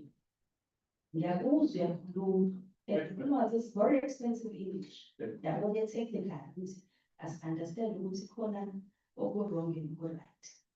But my sadly have a submission namhlanje ukuthi we've held a conversation ehotela.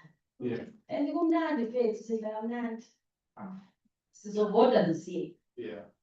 I've heard one colleague ekhuluma ukuthi there is about time we start talking what is not spoken. Yeah. And lesohlala la i-conversation izovela. Ngoba vele sifuna ukuthi singene. Yabona hotel khona abaphikiswa kuba namhlanje. Yeah. Babe sekugcwele. Angazi ngingasenzela kanjani ukuthi i-conversation ayiye manje at least eradweni. Yeah. Ngoba mesizoyenza esontweni sizothola i-personal view yaleyo nkonzo kuphela ingenzeki. Yabona njengoba siyabona sifuna ukupreventa the next GNU esingene kuyona singafanifani. Ukuthi njengoba-ke manje sesiyovotela local sizopreventa kanjani ukuthi kungaqhubeki kwenzeke. Sikhala manje ngokuthi hey budget engaka iye kubi bengafanele. Isazoqhubeka ibudget ihamba. Yabona njengoba sihlela ihotela ihambile manje ibudget. I thank you. Yes, she's sort of part of what she's mentioning is that whilst we're sitting here, things are happening, life is going ahead. People are making decisions on our behalf. If we continue to absent ourselves from those spaces, it will ask for behalf at the end of the day. So we do need to publicize and engage more on other platforms outside of just sitting in these spaces. And I know from academia, you always get this complaint, ivory towers, air-conditioned rooms. But we need to make this thing a bit more, practical for people that experience it. Thank you very much. Actually, the topic we are taking with now, it's sensitive for foreigners to hear their voice in the midst of people that already have a view that immigrants are bad. We don't mind not to say anything, but some does for the people, this kind of meeting. You see, when you gather like this, we bring people, intellectual, from university, from civil society together, because the problem that we addressed. Everything we've said today, I totally support all the speakers because they were on point. My name is Israel. I'm Dr. Israel, so you know those who are speaking. I've written quite a lot of paper on migrations. And in our paper and our research, we do make recommendations for talks like this, for proper educations. Sometimes the average locals information they have is misleading, and therefore this kind of meeting is necessary to be constantly heard and people spread it. Sona, God bless you. He spoke about what happened in the school at the You see, everywhere you stay, you study catchments. That is where you are meant to study. For instance, I live in a place where my children want to study there. And because some locals are living on that farmers in Nanda, they don't live in my locality, but because that locality, they want their children to come to that place. They will say, foreigner and in their space. That is not the truth. We need to know what is our problem. So we need to dialogue like this for people to understand what the employment is. The speaker, as something before, that the real problem is not with immigrants. I was in the US last February. I've been to many parts of the countries. And one of the, in Europe, we were in conference, and we talked about issue like this. And we said the percentage of illegal immigrant is 1%. I challenged it. That how come most of Europeans, because of the European Union, they don't see them, they can work anyway. Yeah. And they don't see themselves as immigrants. I live in Portugal, for instance. I have, because I lived in South Africa for 11 years. Yeah. I had PhD from South Africa. I did not have papers, I did not have a permanent residence. But somebody that have PhD in South Africa. When the system intentionally make it difficult for you to have documentation that you need. I lecture the UKZN. I train South African citizens, but yet I don't have a proper, I don't have permanent residence up to now. And the rule says if you are 5 years and above, you are supposed to have that. Yeah. I was just sorry, 1 minute, I'll leave that. Yeah, you carry the I was just letting them know to just. I was just challenging the over person that how can you say that I don't have right to ID just because not that I'm not qualified, but they are just intentionally not giving it to you. So you see, these are the problem. Lastly, the issue that we're discussing, I need to say this, the view of Socrates about democracy is that it's very bad. Because in democracy, the unqualified can rule. And they gave an instance that if you have to go by, you need to go by what you need a captain to ship you on the journey. And you want to keep you somewhere that is not qualified. What's going to happen? It's going to wreck you. That many people will just elect people based on popular demands, but not that they are qualified. There are a lot of qualified people that can take this country to a better place. But if they say anything, you will not vote for them. Thank you so much. Thank you. Round of applause. Yeah, let's be more clear about what we want from a leader, from those who choose to lead us in our society. And this hand, and then we'll close with these two hands for the purposes of today. So we might touch on those issues.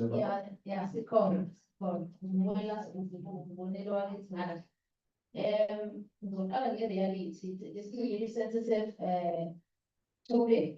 Ngizoqala nge-reality. I-reality ithi ngihlala South Africa, ngazi ama-ins and outs. Mina ngiyasuka ngiyintuba ngiyothenga umuntu ozosebenza ngadlula iy'ngane. There's human trafficking every Monday, guys, and it is done by us. Yeah. Yeah, I was once approached to give us your car, we'll give 5,000 every week. People are coming here every week. Just one Monday, they are coming. You can shop like shopping for a dress. This is happening, that's a reality. I'm sure the system is behind this because there's no way this one they can go across the border every Monday. Yes, I have proof of that. So we are also part of the problem. We can sit and complain, but it's us. Also, the way to also said something about home affairs. Fund to the propose this is like people for the would have open on time. So now no,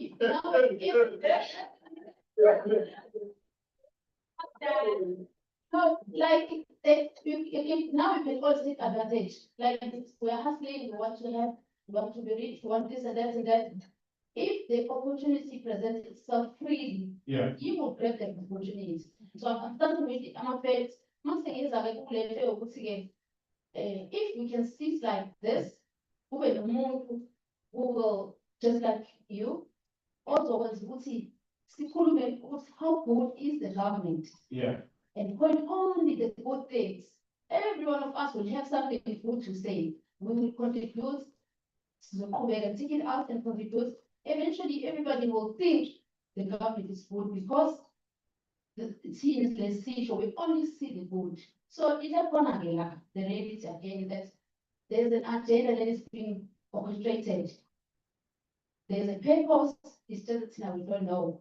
They always do it now, the fees must fall, and we all fought for it. Yeah, but it was very sensitive, and we're like, you know, now you felt who's hypo, you know? But then it turns out there was somebody behind it. I never time to phone that I'm sure there's somebody also going from the economic hitman. Yeah. So I mean, people those that are happening.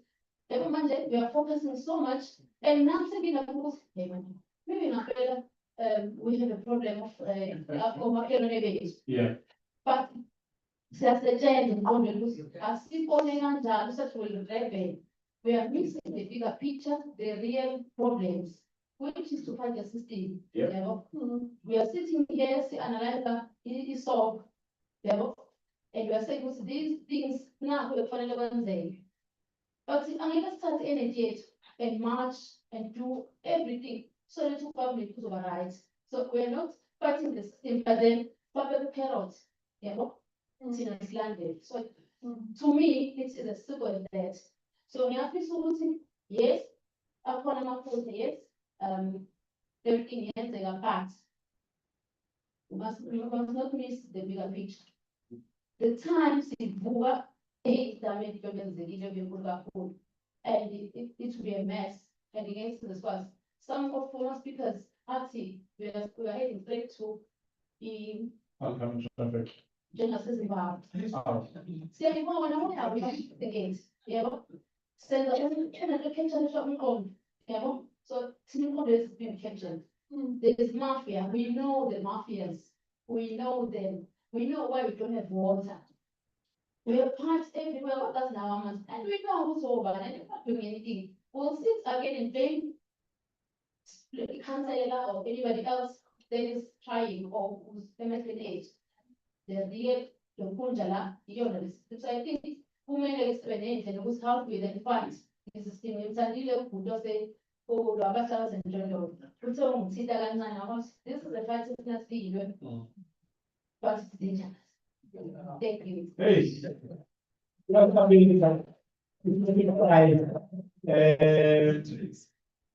Yeah, I don't think I'll comment anymore. Yeah, so I hear you. I don't want to ruin it. So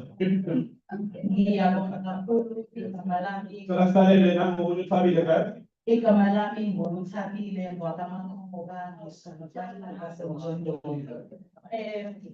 Ngiyavumelana no-comrade. Can we listen please? Lower our voices. We're almost at the end. Ngiyavumelana no-comrade Yolokazi when ekhuluma ngama-foreigners, and this is a sensitive topic. As abahlali basemjondolo, we took a stand. We are saying we are all human beings. We are saying umuntu ngumuntu ngabantu. Ngoba ngelinye ilanga uyithola nawe ususemazweni. So how do you feel if utreatwa ngendlela esitreata ngayo abantu thina la? So we are saying it's not for us to judge them. Those who don't have documents, Home Affairs must play their part. So we must protect them. We are saying. So we put it in colleagues, yeah, tell me much. Ukuthi sikhuluma lezi try mamsithi kodwa uma sivumelana nomuntu sivumelana ekushaywe izandla kodwa uma kufaka izwi elihlukayo ukhetha ungalaleli uqala ukhetha ungalaleli 30 seconds after that person has spoken awubuzwa ukujula kwe-argument yakhe and you don't give them the respect of actually engaging in that argument. Ngoba nakucabanga ukuthi mhlawumbe ukuphikisana nawe awusuvalelile awusamlalele. You might miss an opportunity to actually understand contextually and meaningfully ukuthi usukukhuluma ngani. Ungavuwe lo muntu okhetha ukuvala amadlebe ngoba nakho mhlawumbe ucabanga ukuthi umuntu uzokhuluma into angazwisani nayo. Kuyahloniphana kahle. Okay, sengiyaqeda, thank you. And we are saying unyawo alinampumulo. So uma silwa sodwa bayajabula. So we must remember who is our enemies. Our enemy is the system. Thank you. Thank you very much. Let me make an example. Around the time of 2014, 2015, another project that we did was mapping our hostels. One of the places that we went to was in Togo, for instance, where we saw women who were in that space. So when we talk about migration, it's not just foreign nationals migrating. By and large, women who are part of that hostel are themselves disadvantaged, but they're in that hostel as a result of their migrating for economic opportunities. So when we talk about migration, we must be real about the situation that we find ourselves in. Some of them are from the Eastern Cape, some of them are from inland KwaZulu-Natal. But land, when I pass over the AP was and so those are the sorts of things we need to be considerate of in that sense. One of the comments that Lucis was making, and other people in the group were making, is around migration in Cape Town. The Democratic Alliance has essentially created a situation that's a safe haven for people who are migrant workers. Migrant workers not from the Eastern Cape, not from South Africa. It's a safe haven for people from Europe, people from the West in particular. Through the policies of spatial apartheid that have been kept in place by disincentivizing citizens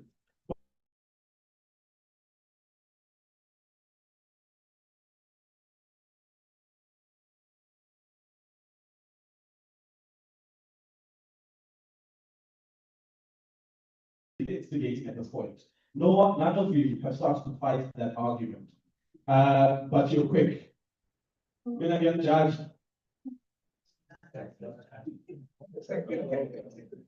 Hello. I'll be very quick. My name is Rosina Mart. I'm the South African Research Chair of the National Questions, otherwise known as the SACHI Chair. Yeah. I'm the grandchild of two people who raised me, a Xhosa grandfather from the Eastern Cape and a Hindu grandmother. My last name, Mart, I am a foreigner in KZN because I'm from District 6, the old slave port of the Cape. Now, if you've ever met anybody whose surname is March or April, November, September, October, you'll know that when the Dutch colonized the Cape, they brought people from the Eastern Cape. My grandfather and his generation. And they named them after the month of their enslavement. So October, March, I've been married for 38 years, I'm old, and I've never changed my name because I do not want to erase that part of my history. My daughter, my granddaughter still have my name. My husband is Solis, my daughter is Solis Mart, my granddaughter is Solis Mart, even though my daughter is married. So what I want to share today is there are a couple of things in our country that I teach my students.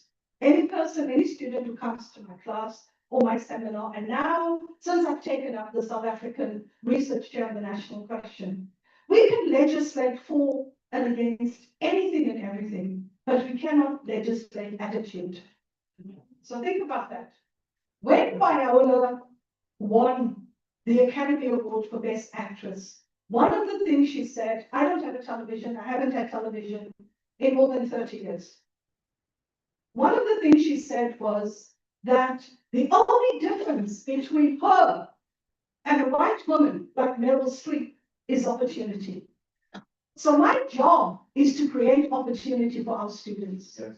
I've had students go all over the world, including Germany, the UK, the US, Zambia, India, all over. I've taught students who've come to university, I've lived in Durban now for 15 years, who've come from homes where there's no running water, there's no toilet. But those students have gone on to do PhDs and postdocs. And some of those children, students, whose fathers, and grandfathers, and uncles, who never paid attention, suddenly pay attention now. So I want to end on a positive note. I want to say When Nelson Mandela went to Algeria in the early 1960s to train as a revolutionary, when our people who were in exile went to Zambia, when they went to Cuba, when they went to the USSR, otherwise known as Russia, Mozambique, Angola, all across the African continent, we are 54 people, 54 countries on the African continent. And of course, we have to also count all of those states. The one thing I can tell you, as somebody who's lived in Canada, whose husband is from South America, we are here because not only because of what we teach and what we do, and I want to be close to my family, but nowhere in the world do you see people with as much guts as South Africans. Yeah. So I'm going to say, don't wait for the government. We are the country. The country isn't owned by Cyril Ramaphosa or anybody. You are the country. Like I say to students, stop saying the university. You are the university. So when we take our agency, our ability to affect change, to bring about transformation doesn't start with a piece of paper. The Constitution is a document historically sound and politically a reflection of where we come from and who we are. But it's our responsibility to shape the future that we want. My mother worked in a factory. I met my father. His background is similar to mine. I'm also Matthews, for those of you who know James Matthews, who died. My grandmother and his father was a stepbrother. And one of the things my grandparents taught me was just because you were born in the slave quarter and you slept between two chairs and a wooden plank wrapped in blankets doesn't mean you don't have the ability to become a professor. When my daughter went to Cape Town, she said, "Why does everybody call you prof?" I said, "They've called me that since I was 8 years old." She said, "How do they know?" I said, "They don't know. I don't go around, I mean, you know." And I said, "They've called me since I was 8. Yeah. The point that I'm trying to make here, folks, encourage your cousins, your nephews, your children, your grandchildren to go to university. An educated nation is a nation that knows their worth and knows the future of possibility. The possibility to shape the world, to go as far as you can, to be the future of the country. And those are our students' population. We are celebrating this year in 2026, 50 years after 1976, when I was 13 and 14 years old. This is our country. We take charge of it. We don't wait for governments. It is our country. It is our responsibility. It is our future, folks. Thank you. Thank you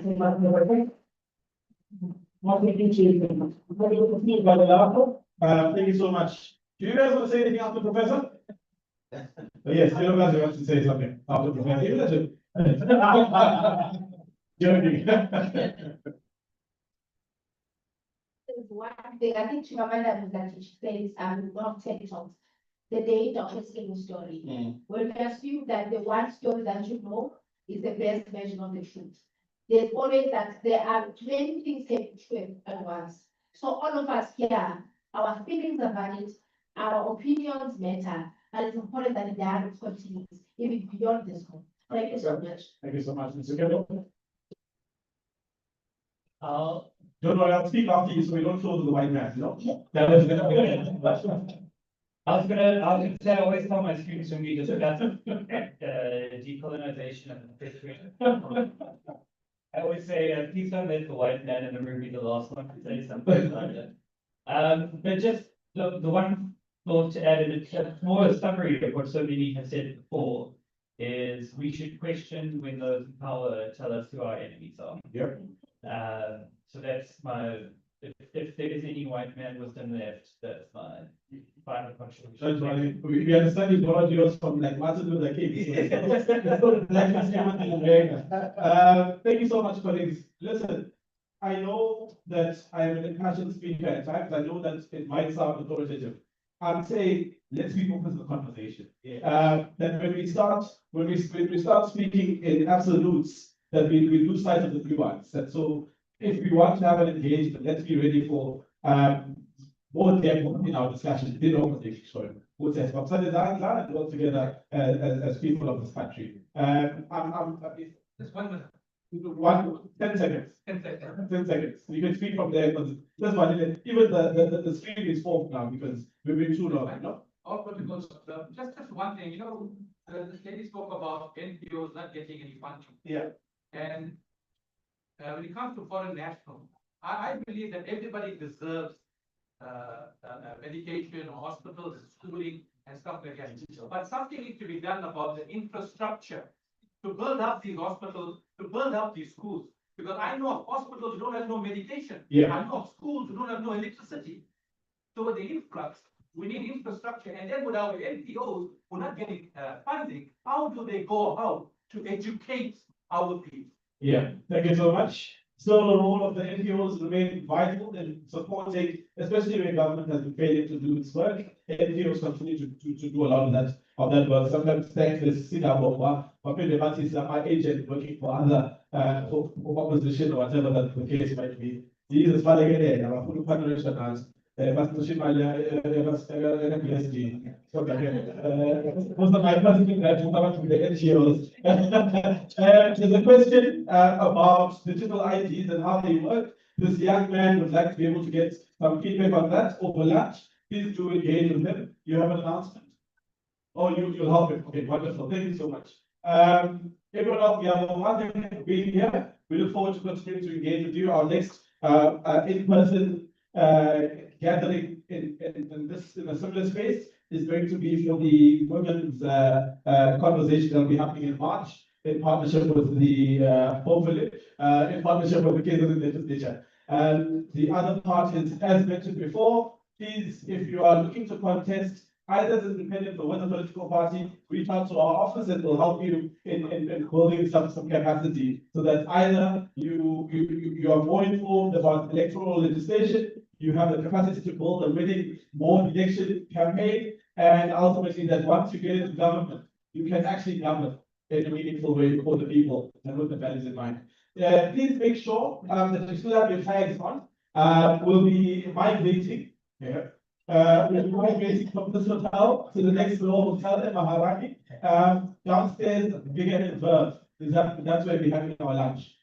Please make sure to go with your tag. I think Suraksha and the admin team are outside to give you a coupon so that you can use your tag and the coupon to be able to get lunch and bigger in Verve. Happy birthday to you. And we will enjoy lunch from my yeah.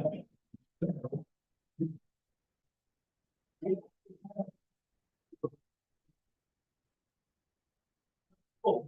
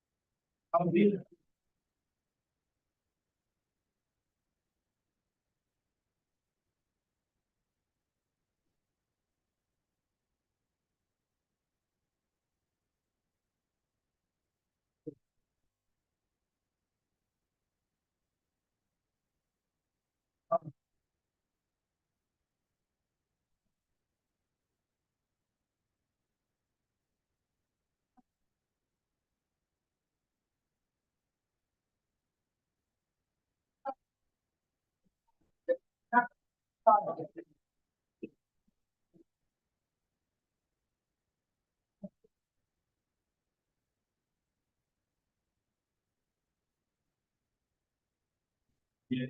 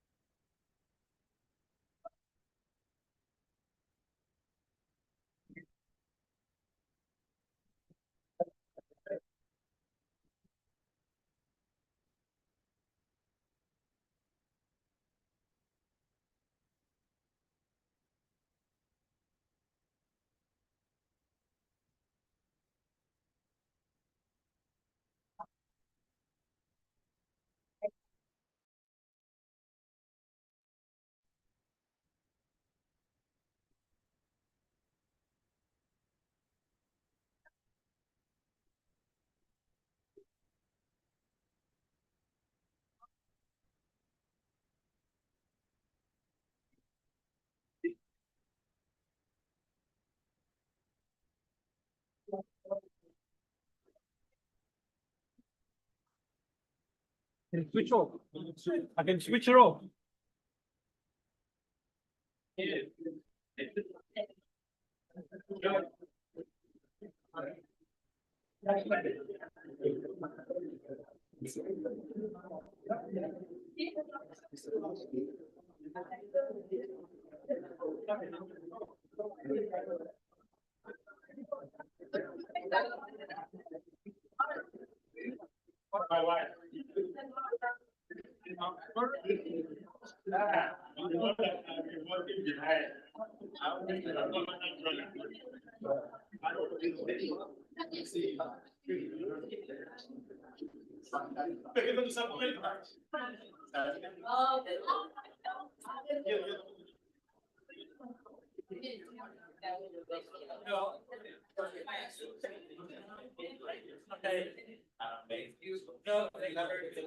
Oh, thank you.